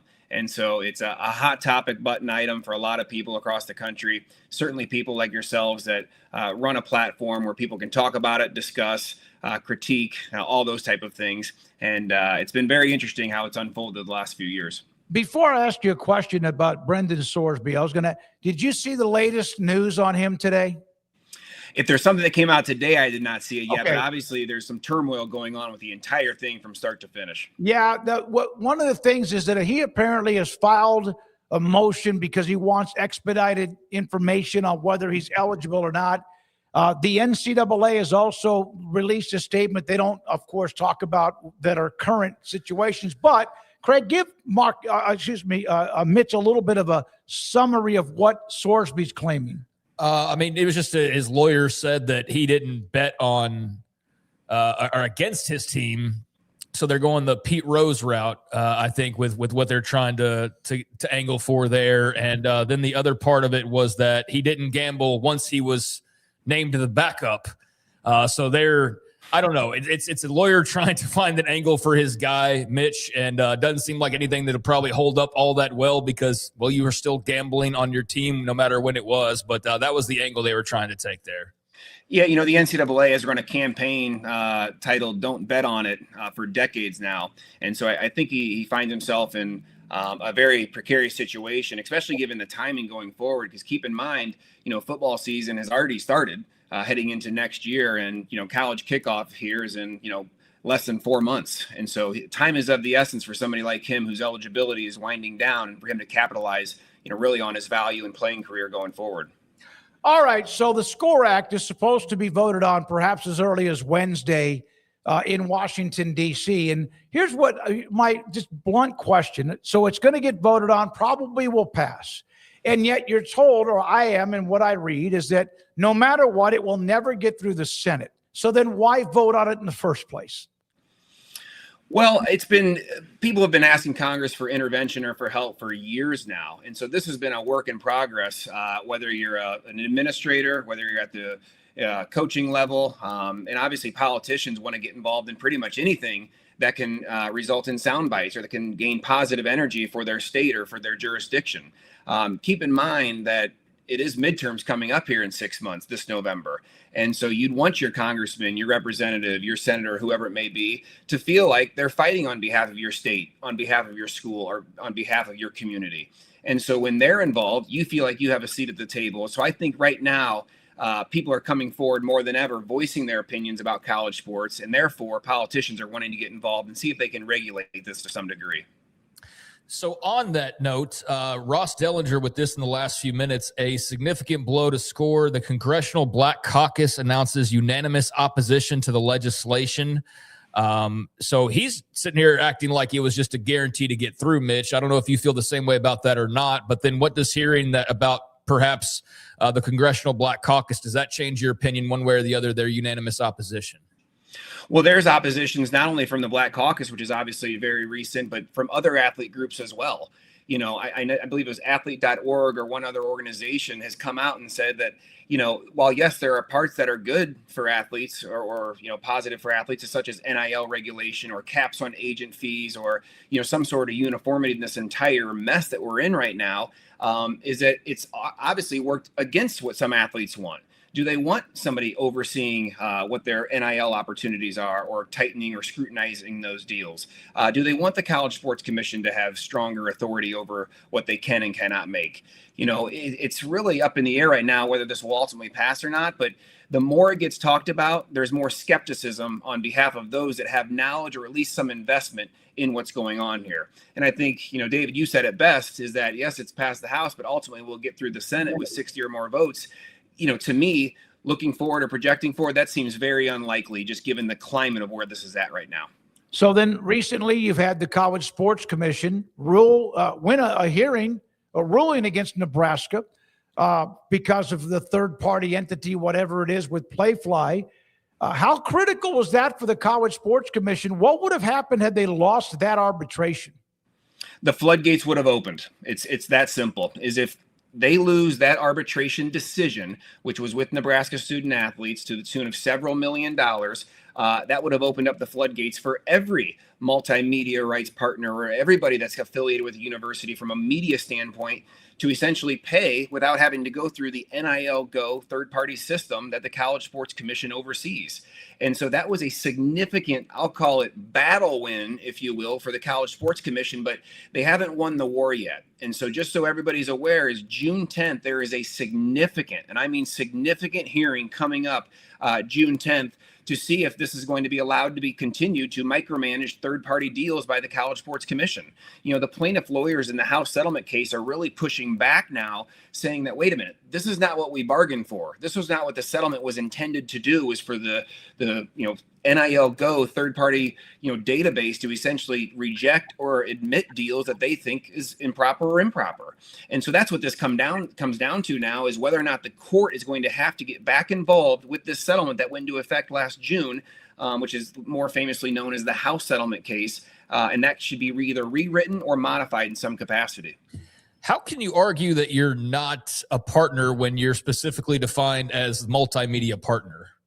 Like that's the part that's kind of confusing to me, when I read that. It's like, so y'all are partners, but you're saying that you're not really partners for this, at least, purpose. Correct. I think the big purpose of the College Sports Commission's third-party, arm, if you will, was to tighten the parameters around what alumni, what boosters, what season ticket holders, and famously what collectives could and could not do. And so I think that was a big part of all of this, from the College Sports Commission standpoint. Yeah, it seems like they win more of these eligibility cases lately than they've lost, but they've lost some big ones, obviously.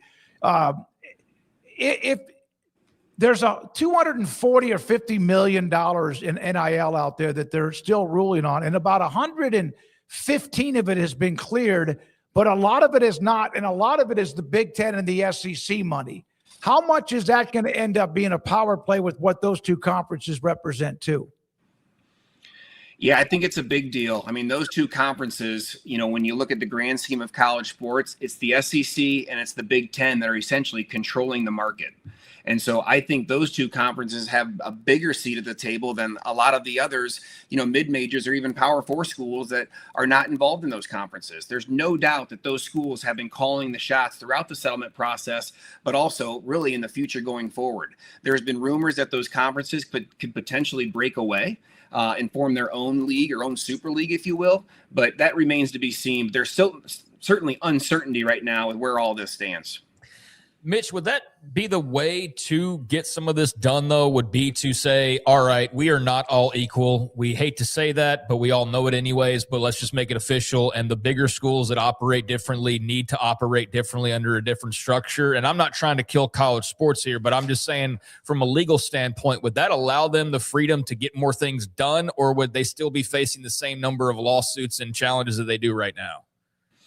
Well, I think the bigger schools want a bigger gap, if you will, and be allowed to, share more money from a revenue standpoint, or allowed to do more NIL deals. Keep in mind, the House settlement said that we're taking an average of all these schools' revenue and taking that number by 22% and coming up with this calculation for what the cap should be. Well, that cap doesn't fit every single school, because I can tell you right now, the cap at Texas is different than the cap at Rutgers. Those schools have different operating budgets. So when you look at it from a bigger picture, is maybe those schools shouldn't be capped at a certain amount if their budgets are much more significant than the other schools. And so I think those schools, when they're looking at how are we going to operate moving forward, they want to be able to share as much money as possible. And right now, I think this House settlement restricts a lot of that. Is there a chance that Berman and Kessler, who are the ones who represented the athletes in that House settlement, go back to that? Are they the ones that can change up the rules moving forward and open up the cap? What can they do when it comes to that? Well, they got to go through the court for all of that. They can't unilaterally change anything. They can certainly move to modify it, and certainly that's something that's been discussed both with the plaintiffs' attorneys representing the class student athletes, but also with those schools, the Big Ten, the Big 12, the SEC, the Pac-12 that have been involved in this House settlement case from the beginning. So there's certainly room to still negotiate off this agreed order by all the parties, but they obviously have to get approval and written consent from one another before they're able to do anything. I just think with where we stand now and where this is going is something's going to break here. And it may not be right this year or then the next year, but you got to keep in mind the media deals for the NCAA tournament and some other, major NCAA type events are going to expire here within the next 5 years. Mm-hmm. So what will this look like in 10 to 15 years? I think will be completely different than it is now. So knowing what we know and going back to where we started here at the beginning with the SCORE Act, what do you anticipate this week? And kind of knowing the detractors and given what you anticipate, what does that then mean moving forward? Yeah, I think it's certainly good to have the discussion. I mean, people need to talk about these things. You need to get input from the key NIL stakeholders that are involved in all this. Coaches talk about it. Student athletes, their agents all talk about it. And obviously now you have politicians talking about it too, where that means something. And if something is this important, well, then people are going to take action and try to get this done. Do I believe the SCORE Act will ultimately succeed, and ultimately pass as law? No, I do not, as written. I think there's too many loopholes there. I think there's things that need to be tightened up. And really, what reality does an American business get to just run straight to Congress to seek an antitrust exemption? I mean, nowhere else does this really happen. And so how is the NCAA all of a sudden going to get a pass? Just imagine how the floodgates will open for people coming to beg for Congress to help their industry, I saw your reaction to the committees from the presidential committee where they came up with some game plan. And I mean, maybe I'm wrong, Mitch, but I thought you skewered that pretty quickly, that some of the things that they're actually proposing just are not going to even get off the ground. Wasn't that you that responded to that? Yeah, I did. And I think it's just interesting, when you're trying to cap a market that's already been litigated against that says you can't cap this market. And so it's continuing to beat your head against the same wall, hoping to get a different result. And so I find that part of it very perplexing, why we continue to go down this exact same road over and over again when, the law and the court has written that this has been deemed essentially it's an antitrust violation for what the NCAA has been doing. And their ability to basically regulate this market over the past 5, 6, 7, 8 decades has been problematic, which has opened up the doors for NIL and for revenue sharing to ultimately happen. And it was long overdue. And credit the pioneers from the 90s and obviously early 2000s, the Ed O'Bannons of the world that really kind of carved this path. And then you had Alston and obviously NIL with state laws coming into play back in 2019, ultimately, becoming law in 2021 completely changed the game. Man, you mentioned both of them, O'Bannon and Alston. I was going to ask you which of those two had the biggest impact, but I guess it had to be O'Bannon because he's the first one. He's like the Curt Flood, right? Great point. I mean, Ed O'Bannon obviously took a stand. You see your name, image, likeness being used in video games without your permission, you have a problem. Me and some of my college buddies back in the day, we were playing the NCAA 2004 March Madness video games and using each other. We were playing as Lehigh University and our student athletes, and it was wild how that image of yourself was on a computer screen or a video game screen with your exact same tendencies and your strengths. And I certainly had a lot of weaknesses that were in that game. But to exploit those and to use those to capitalize on money, obviously, athletes should have got a seat at the table, and we ultimately did get a settlement check from the O'Bannon case. It wasn't much, but certainly appreciate we got something. My last thing, and I hope to have you on again, Mitch. Thank you very much for your time. Is the is the part with Redbird Capital and Weatherford Capital and what Brett Yormark announced, what the Big 12's announced. Nobody as a school has accepted any of the offer for what they could get. Utah's working on their own thing right now. The Big 12 is going to get $12.5 million infusion, whatever that means. What does that mean, and what do you expect from that, and why did the Big 12 do it? Well, nothing in life is for free. And so when you come at it from that approach, you have to see is what is in this as a long-term investment and what are we possibly giving away. So in a situation like this where Red Brand Capital, I believe, was from New York City came in and they said, well, we're going to invest a ton of money into your system, essentially as a loan for there to be equity distributed, over the course of 5, 10 some years. But when you look at the terms of that loan and the percentages that were basically going to be given to each school, I think they realized and took a step back and said, this is not the best business decision for us going forward. But you make a very good point, because I do believe private equity and private capital will continue to try to flood the college market. They see opportunity. They see major businesses, which are these teams that have become professional organizations operating at a very high level. And anytime you can sense or see opportunity, people that have that capitalistic mindset want to take advantage of that and want to go after that. And that's every right for them to do that. But I think schools just got to be aware of what they're ultimately giving up to get maybe something in the short-term gain. Quinn Johnston Law, Mitch Gilfillin, man, it's great to have you on. Great to finally hook up and reach out to each other. We hope to have you on again. Thank you. Thanks, David. Thanks, guys. Have a good day. Mitch with us, Mitch Gilfillin from Quentin Johnston Law on many things. And I know that I have said this before, but how many different analysts and guests and legal minds, et cetera. But with the SCORE Act coming up, you're going to read a lot about that. You already have maybe the last couple of days. Wanted to get clarification on that and anything else moving forward. Yeah, I mean, we kind of hopped around over a few different things there, and a lot going on. I mean, it's a career I almost wish I would have taken at this point, sports law, because had I had the foresight to know that by the time I got late into my career, it would be as busy as I could ever have imagined it to be, at least in the college sports space. I wish I would have had that clarity. But yeah, kudos to those who are able to help explain it for us savants or us idiots or whatever that aren't as well versed in the details of it all. But yeah, it doesn't sound like the future is very bright for the SCORE Act.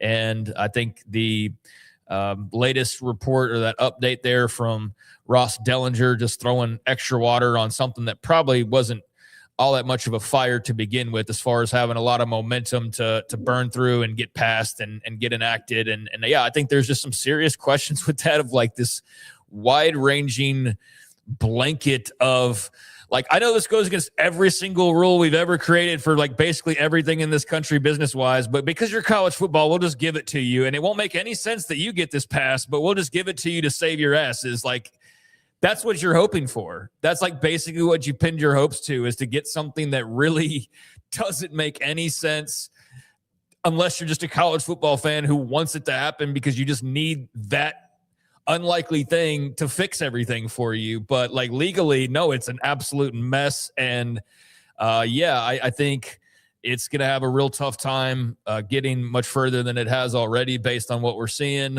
And that's just one little sliver of the things that we talked about there. I mean, the Nebraska thing's a separate deal. The Sorsby thing's a separate deal. The Redbird Capital is a completely separate deal. So, yeah, there's a lot going on in that sports law space, and good to have another new voice to help us try to bring some clarity, not only to ourselves, but to you guys out there as well, trying to keep up with it and just make sense of it all in some cases. I've definitely learned a lot over the last year as far as how some of these things work, but it doesn't mean I still am not in the dark on a lot of it, or I see it and I just kind of my eyes glaze over because it's another lawsuit. But then you kind of figure out the strategies and things behind it, and it brings a little more interest. So like, yeah, I got into those eligibility lawsuits there for a while. Those have pretty much died out for the most part, but that was also another thing from this offseason. So it's one thing after another. I have reached out. We know we have some standard people, Ryan Mulvaney, Amanda Kristovich, among others, but I reached out to 5 or 6 others. It's always neat to hear from them to make sure this is what they like specialize in. So Mitch Gilfillin, thank you very much for his time and your time. When we come back, we got some other stories We're going to get to this Pac-12. They got money results back. They got income earnings back. There's some of that and a couple of other nuggets as well. With the Big Ten meeting in Southern California, we'll do that and then wrap up the show at the bottom with the wheel, quizzes, and poll results. This is thanks to Rez, thanks to Logan, thanks as well to Garrett and Houston and Andrew, 365 Sports. It's time to compete against yourself, finding too many excuses not to work out combined with bad eating habits, and Waco Regional Tennis and Fitness can help reach inside your competitive soul. Discipline, getting results you've only dreamed about, personal training, group exercise classes, and even a tanning bed, world-class tennis facility, and pickleball courts and lessons available. Waco Regional Tennis and Fitness, spacious, clean workout rooms, free weights, state-of-the-art technology, weight training equipment, and no intimidation. It's time for you to react today, not tomorrow, at Waco Regional Tennis and Fitness on Lakeshore Drive in Waco.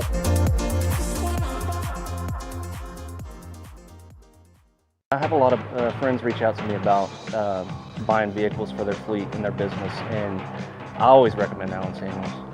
You see a lot of businesses running different brands, but I really think Rams are the best looking ones out there.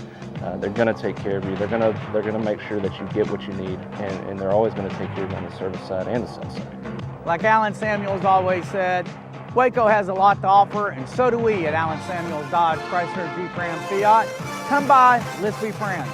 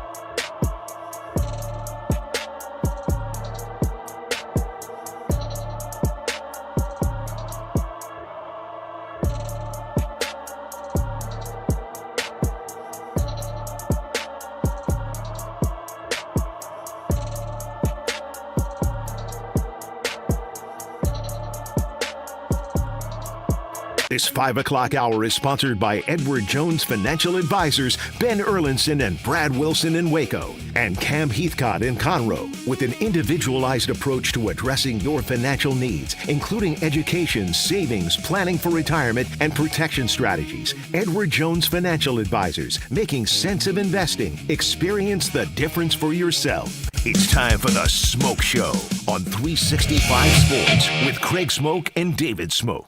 All right, here we go to close out these last few minutes of this show. Thank you very much, as always, for your time and access. We do appreciate you. Here are some stories. The USA Today had a report on the realignment and how it crushed the soul of the Pac-12. Now, they're trying to pivot. They've added teams, but remember, they lost everybody but Oregon State and Washington State. And the story from Matt Zemek from USA Today, the federal tax return as a two-school league showed revenues, and this was expected, but no one actually had the official numbers. It plunged from $566.6 million to $111.5 million and a $21.7 million deficit after the 10 members left for the ACC, the Big Ten, and the Big 12. Yeah, I mean, that's just an absolutely god-awful thing to look at if you're a Pac-12 That's bloodshed. fan. Yeah. But it's not a surprise necessarily. I don't know how much you were planning on having to think about what that number would look like, or if somebody had asked you what would your guess be as far as how much the drop in money was. But I think even the most pessimistic, that might be a little bit more than they would have bit off and chewed. So yeah, that's a large number. I think the big part that I saw was, I mean, like 300 something million of that's just TV rights, like alone, like 300 and something million that they lost just basically on TV by itself. Postseason revenue, like they still had some of the the ability to cash in on those former schools, right? Because like for the NCAA tournament credits and things like that. But yeah, I mean, they took a heavy hit. They've tried to pivot as best they can. I think they've done an admirable job, much like the Big 12 did when everybody went ahead and read the Big 12 its last rites, and then they went and pivoted and grabbed 4 schools here and then another 4 schools there later on. The Pac, after the Big 12 completed their Pac raid, and then the Big 10 did as well, and the ACC took part. I think you were looking at another conference that was maybe breathing its last breath, and they've been able to survive. But the money is just—it's not even the same universe. It's just a massive, massive drop of money, and you think now that you're going to recoup some of that, but it's just a real bad reality check. They have been able to circle the wagons with some of the networks and channels that are going to carry their games. But yeah, for example, we said this last week, UCLA and USC, 76 and 78 million each from the Big Ten. The schools that did not get a full share, Oregon and Washington, nearly 50 million. And the schools that former Pac-12 members received about 30 million as part of negotiated settlement. Washington State, Oregon State, 29 million, down from 46 million they got the year before. And then the Big 12, it all depends on who you read, but it's in that upper 30, early 40s, and the ACC in the lower 40 millions themselves. Yeah, so from the report that I saw, 111 in revenue, down from 566. That's crazy. Rights fees, which is what I was mentioning, the exact numbers went from 381 million in 2024 to 3 million. No, yeah. 381 million. Yep. 381. You know what that is? To 3. That's like a cold beer. There's always that little part at the end that just doesn't taste very good, and that's unfortunately what that's what it was. Yeah, so PAC reported as a result of that $21.7 million deficit and $133 million in expenses. Yeah, I mean, they've got the legal battles that have been ongoing, as we will get to. You knew they were going to take a hit, and they've tried to pivot and manage as best they can. But yeah, that was just some real grave numbers when you look at it from just the drop that it was and how dramatic that was, even if it was expected to be a dramatic drop. $1 million, whatever. That's a lot. Meanwhile, in Rancho Palos Verdes, California, the Big Ten spring meetings last week, a lot of the attention on the ACC, SEC next week, and of course, a lot of discussion, the power brokers of the 2014 playoff and other issues on the table. The Big Ten will, without question, be talking about the expansion to 24. Hell, they're the ones that invented the idea with Tony Petitti, their commissioner. Here's one thing before you say anything else, Greg. They're meeting at a swanky resort in Southern California, but college programs are needing more money. And I get it. I know they're going to go places. They're going to go to the Ritz-Carlton. They're going to go to places like that, real fancy particular resorts. But wouldn't it be nice just to see them meet maybe at a Hampton Inn? Sure. I don't know why they would do that, though. Like, do you think that they care what we think about where they're meeting? Are you telling me that you think they care? No, they don't. Pete Thamel's opening line outside the meeting rooms at a swanky resort in Southern California. Well, every single one of these guys with say in the game has $1 million plus contracts, so they're all making 7 figures overall. Okay, so Kliavkoff, who created all the whatever ended the Big Ten, got a $6 million bonus his last year as commissioner on his way out. That was Pac-12 Kliavkoff. Yeah, Pac-12. I'm sorry. But I mean, that's welcome to America. The CEO before the business dies gets his $25 million bonus and then fires 5,000 people like that. I saw that last week. I saw record revenue for whatever business it was. It was like the 20th week in a row I'd seen this same similar story of so-and-so reports record revenues, billions and billions of dollars. Link. In other news, they've cut 4,000 employees on the same exact day they announced record revenues. Yeah, that's what we live in, and what the reality of it is. So yeah, that tone deafness is not even tone deafness. It's I don't give a about these people. And so, yeah, they could cry about how much money the school is strapped for, but they're going to go have their meetings at the Ritz-Carltons because God forbid they'd stay anywhere less than that. So, yeah, I mean, that's the kind of slap in the face that's like so laughable.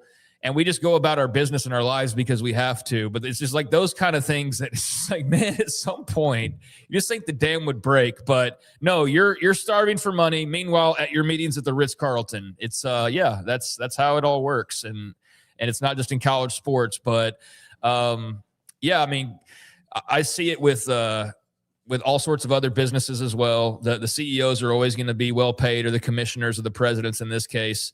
And I'm not surprised the Big Ten is in favor of something that they originated the idea of to begin with. So, yeah, I think they're going to get together and talk about how their idea is actually being accepted by everybody but the SEC at this point. Whereas the last time they were together, I'm not so sure everybody had gone on record in favor of it. I think they actually probably had more pushback at that point. I can't remember exactly, but I know that we didn't have this sort of kumbaya going on everywhere outside of the SEC for the 24 team until here recently. So the Big Ten is going to probably clink glasses and celebrate the fact that they've seemingly got everybody on their side except for, well, the one people they need to have on their side, which is the only other people that can help that 24 team actually pass. And that other side is the side that's not necessarily always the hero of the story. But in this case, I think if you're a college football fan who does not want expansion, you've got to be Team SEC in this thing. Even though they want to expand to 16, if you're rooting for the lesser of two evils in this case, then yeah, I think you're hoping that the SEC remains a holdout and they don't allow us to just go double the field overnight. So as much as it pains me to agree with Greg Sankey on some things, and I say that jokingly to some extent, I think, yeah, he's the only guy that can prevent this doubling up of 12 to 24 and maybe just give us what we want at 16. But Petitti's got all the mojo right now. I mean, between the recent winnings and then also the other conferences being on his side, it'll be interesting to see what does come from those meetings. And the SEC will be in Destin, Florida, which is a pretty good resort area, by the way, for where they've been holding it there. There's spring meetings many, many years. One other note from Ross Dellinger, and then we get to the wheel. More than $100 million on NIL pay that schools guaranteed athletes completely and remains uncleared. 75% from the SEC and the Big Ten of their NIL deals have not been cleared.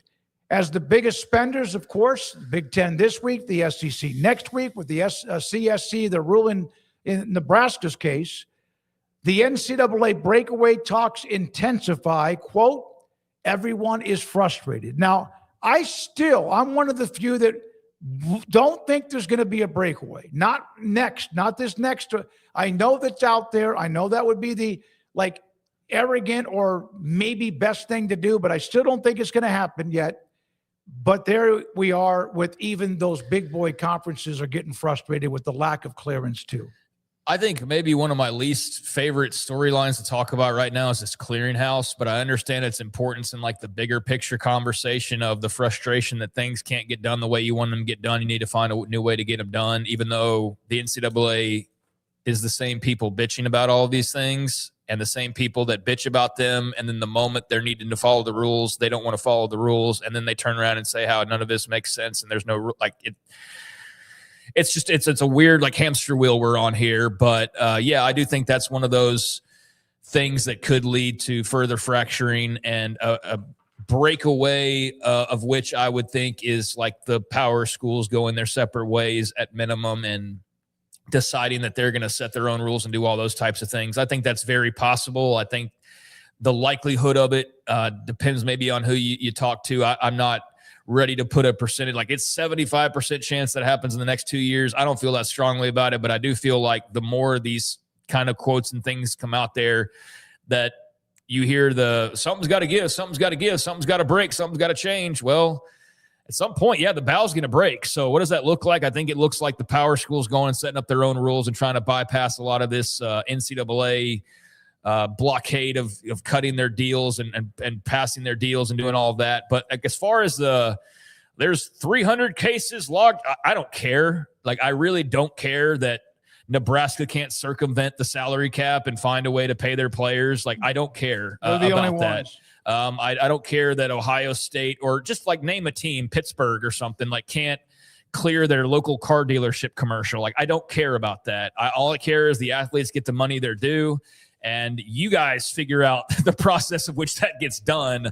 But it is important because the logjam does lead to conversations about the bigger picture, and is there a better way to do this? And so that is notable there, that that continues to be a complaint and a constant issue of frustration. So the schools are mad at the schools, and we'll have to figure out a better way to do these things. And how do they go about doing that? That's the billion-dollar question that everybody's wondering and speculating about these last few years, is what does that look like? Is that a breakaway? Is that a new NFL thing? Is that just different leadership other than the NCAA? What is that? Everybody's got guesses, but nobody really understands how that could happen, or knows well enough to know when that could happen. We're just kind of... I don't think they can do it.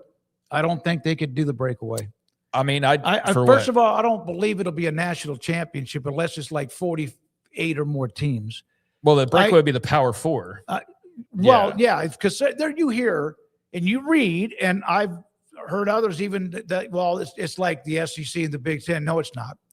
No, it's not, because they're not going to take some of those schools, but not take some of the others in other conferences that they maybe sometimes look down on. I think that's where you would wade into some trouble. But if you have a lot more schools from other parts of the country, and you have 60, 70 something schools, all of a sudden that looks a little bit different than you're saying. These two schools from half the country. And although now realignments changed that for the Big Ten to cover the West, but yeah, I think that's more of a red flag that would probably create some problems.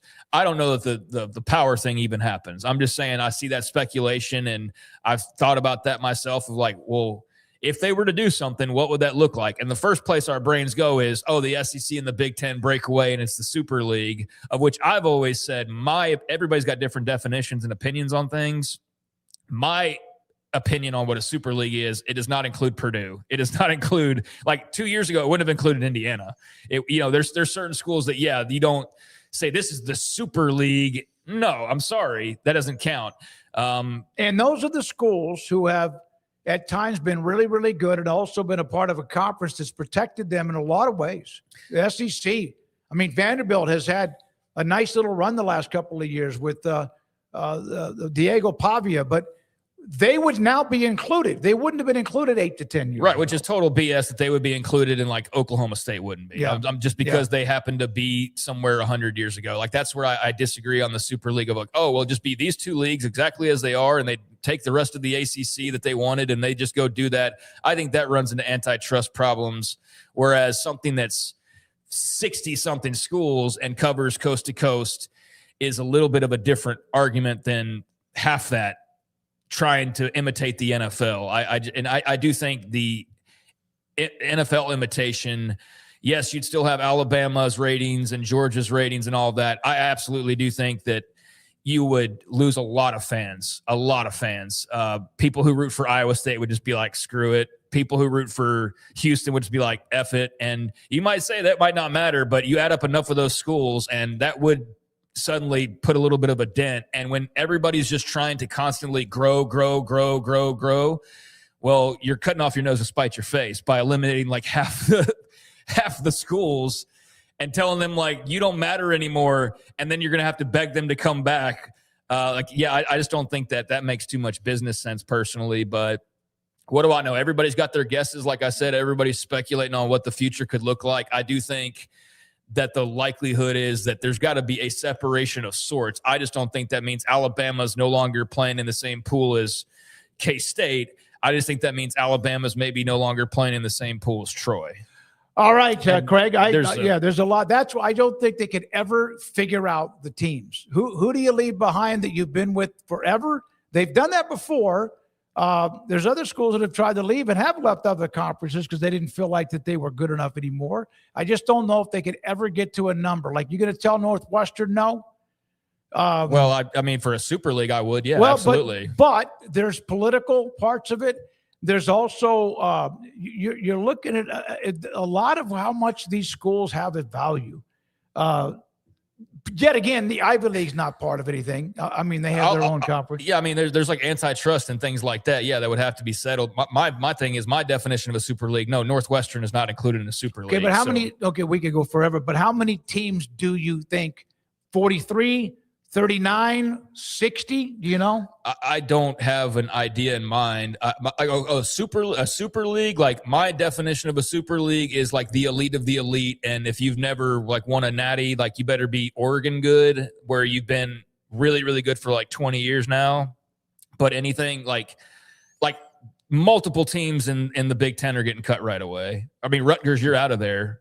You're absolutely out of there. What about teams that have tradition but suck for the last 10 or 15 years? Well, I think that's where you get into the fun of these speculative discussions of like, yeah, would Nebraska? Yeah, of course Nebraska would make it because they're still a massive fan base with massive popularity and TV ratings and things like that. So yeah, I think that they would be included, but you can't tell me that. I mean, Vanderbilt's flipped the script in the last like 3 years, but 3 years ago, they're like the first off the boat. They're like hand in hand with Rutgers jumping off the side or being pushed off the side. And so you couldn't have told me with a straight face, like Indiana and Vandy are in the Super League, but Oak State and BYU and these teams aren't. I'd be like, oh, forget you then, because that's not a Super League. That's what I'm saying. In the Big 12, there's 16 teams, and you'd have to look literally at probably the possibility that 6, 7, or 8 of them might have to fight for their lives, which they've done before. I think maybe more than that. Like, again, that would depend on what your definition is. And like a super league, I think they would all be up for debate. It would depend on, are you trying to be like ultra elite, or are you saying like, yeah, there's 50 teams in here. So that's why I think the best bet to satisfy everybody is to have the Power Four, if there were to be something, go do its own thing, rules wise, like direction wise, leadership wise. That would make sense because you're all playing under the same tent. Even if Ohio State's tent's much bigger or the Big Ten's tent is larger, they're still playing by basically the same set of rules as K-State or let's say all 64 get in, or 68, but you have this umbrella of rules. And they're still going to try to screw you. They're still going to have people. But that's the thing, is you wouldn't be able to. You can't. You have to. Absolutely, they got to pop them in the ass. You don't break away to then just play by the same set of rules. Wow. You'd break away, and the understanding would be, if you join this league, which is your only chance to matter moving forward, if you want to maintain where you've been, there is no, we hand down a punishment and you sue. That's not allowed. Like, that would be what you signed upon agreement. Isn't that what the House settlement was going to be? I mean, I'm just telling you that if there is to be all of this work to do something differently, it would be the dumbest ass thing in the world to sit there and go, but we're still playing by the same rules. No, there would be an agreement, Ohio State, Tennessee, that if you get popped for recruiting violations, there's none of this, we go run and we appeal and no, you get popped, you deal with it, you don't sue. That's part of being a part of the Super League. There would have to be those types of things. And so that's why there's a lot of work to be done if something like that were to ever even be feasible. But yeah, you don't go from a system where there are no rules to another system where there are no rules and the schools still make all the calls in the world, because what's the point? Just do what you've been doing. So yeah, that would be the difference there. There's a part of the Pac-12 news that we need to mention as well. You mentioned the revenue, but there's another bigger part to the story today here in the last 3 hours, which is that the Pac-12 and the Mountain West reached a settlement in principle on their ongoing lawsuits. And so nothing finalized, no details on the money or what the agreement entails. And I don't know if we'll ever get the exact details on who's paying who or what. But do you know what initially it was going to be, like $300 or $400 million, that lawsuit that they were going to have to settle for the conference being screwed up? I mean, yeah, there was a lot of money at stake. Yeah. I mean, the Mountain West was looking for a lot of money. They've now reached an agreement. You got to wonder, a settlement. You got to wonder how much that number dropped from $300 million. Well, that's what I'm saying, is like, there's no numbers out there. So we don't know what the agreement was. All we know is that, surprise, every San Diego State and Boise State and Oregon State and so on fan thinks the Pac-12 won, even though we have no information. And every fan member of a Mountain West school feels like they've won, even though we have no information. This has been an ongoing battle throughout the last couple of years. There's some finalization, although the final details are not out there just yet. But that is notable that they've agreed to a settlement in principle. So that would bring to a close a long withstanding issue between those two leagues. And we got to match them up in a bowl game. We got to get some Mountain West Pac-12 crossover. The more of that bad blood, I think the better for the West Coast, Western college football. Here is what we do at the end of the show. Let's start. I'll do that highway sign res tomorrow because we're running late, but that's fine because we had a lot of good shit to talk about. Here is the wheel.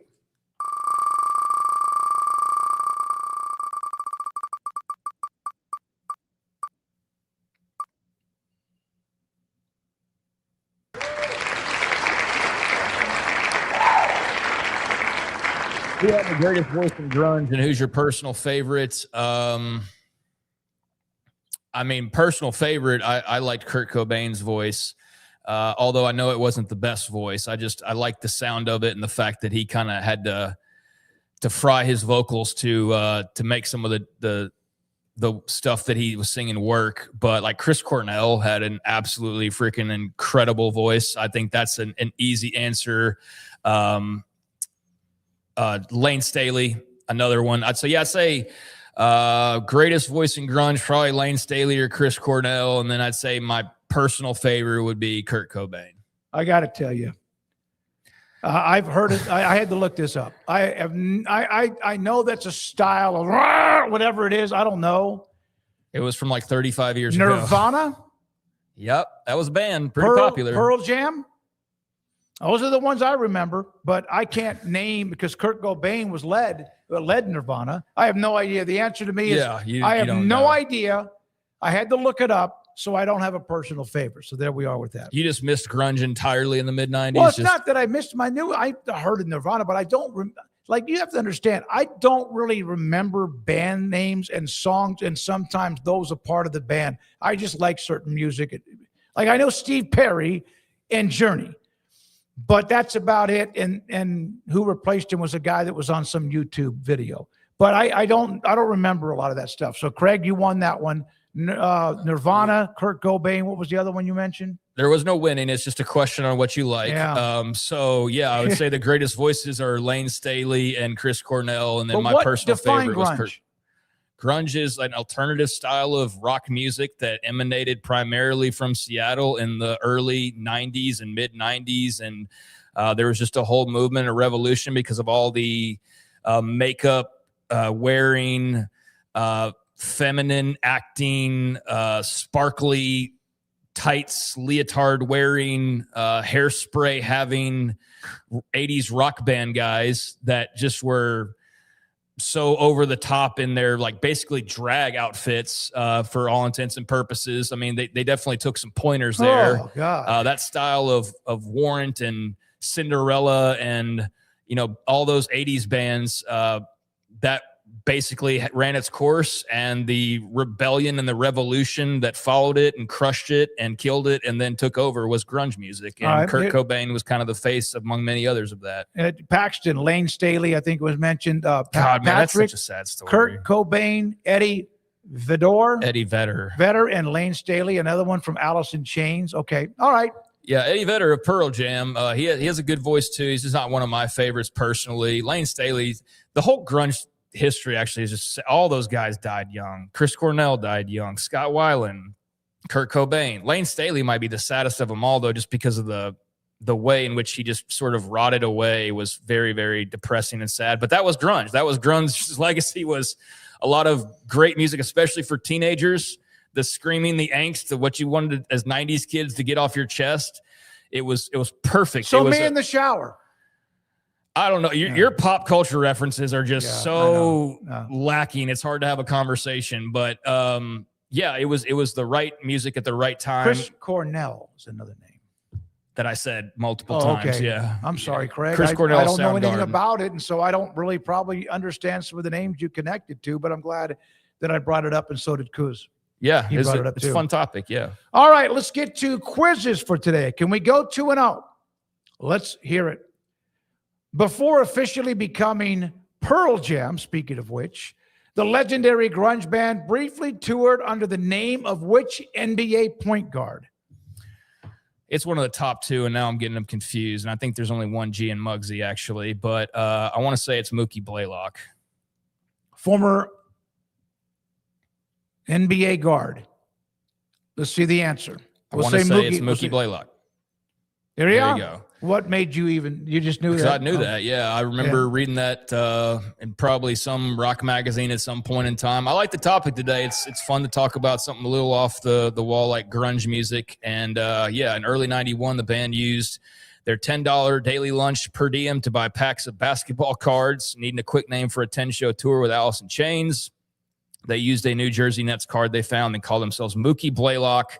I'm not sure if I ever heard the origin story. I just remember they were called Mookie Blaylock, but I don't know if maybe I did, and I just don't remember. But when they later switched to Pearl Jam, they titled their iconic debut album 10, which was an incredible album, in honor of his jersey number. So, yeah, that's a very cool sports tie-in. Bill Simmons is obsessed with Pearl Jam. That's his jam.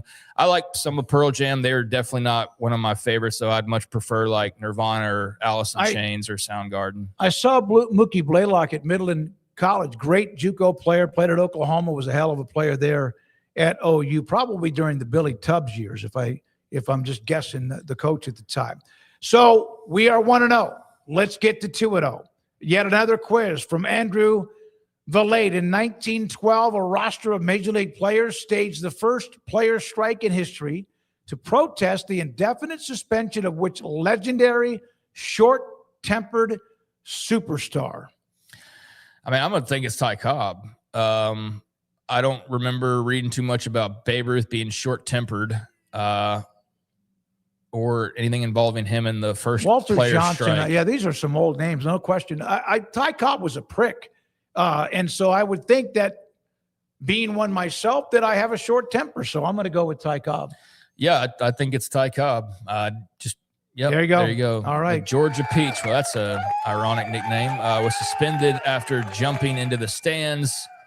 Ron Artest would be proud. To attack a heckler, his teammates refused to play without him, forcing the Tigers to field a ragtag roster of local college kids and amateur boxers. For one game, the Fill-ins were predictably dismantled 24-2, allowing an unbroken MLB record 24 runs to be scored against a single pitcher, Alan Travers, in one game. So, yeah, didn't know all the backstory to that, but Ty Cobb did have some fans, even though he doesn't have the greatest reputation. His boys had his back. He came in with spikes up. All right, let's go 2-0 today. Thank you very much. And the poll question, out of the team still alive, who are you backing? Doesn't mean you're predicting, but who are you backing to win the NBA Finals? That would be two questions to me. Backing would be the Spurs. Predicting, I would say the Thunder. Craig?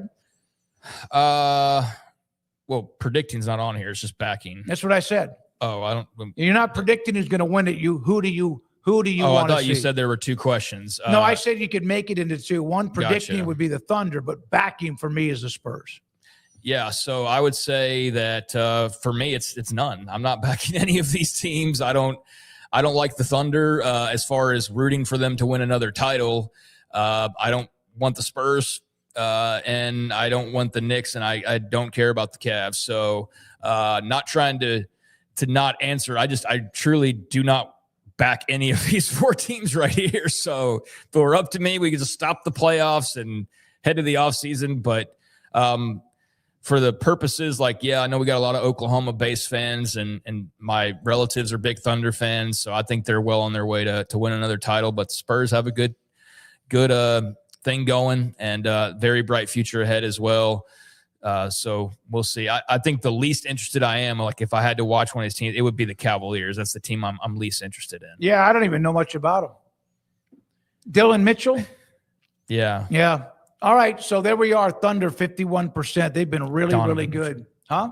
Donovan Mitchell. Donovan Mitchell. Same thing. They're related, I think. Now to the second poll question. Which elite quarterback will put together the most dominant 2026 college football season? I said, and all of them are really good, and I struggled with this, but I gave Dante Moore the edge over Arch Sayin and CJ Carr. You know these guys, right? Just want to make sure after our past couple of questions. Yeah. This isn't grunge or the NBA thing. Yeah, Arch Manning's with Texas saying, well, they got Yeah. the logos next to them, but yeah, I know who they are. I just want to make sure. No, I'm just playing with you. I'm being pulled in the direction of CJ Carr here. I really am. Dominant, though, that's what's giving me the kind of pause here.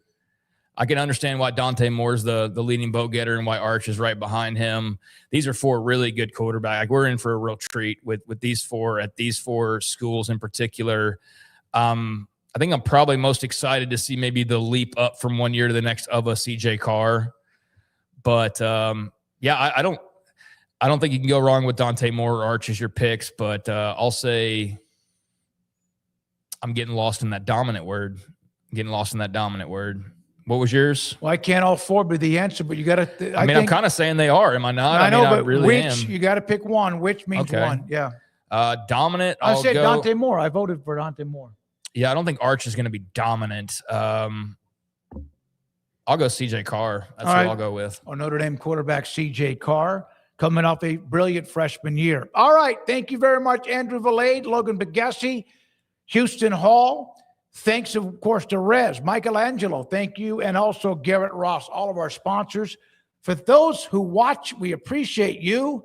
For Craig Smoke, I'm David Smoke. We're back tomorrow at 3. Have a great night. This, The Smoke Show on 365 Sports.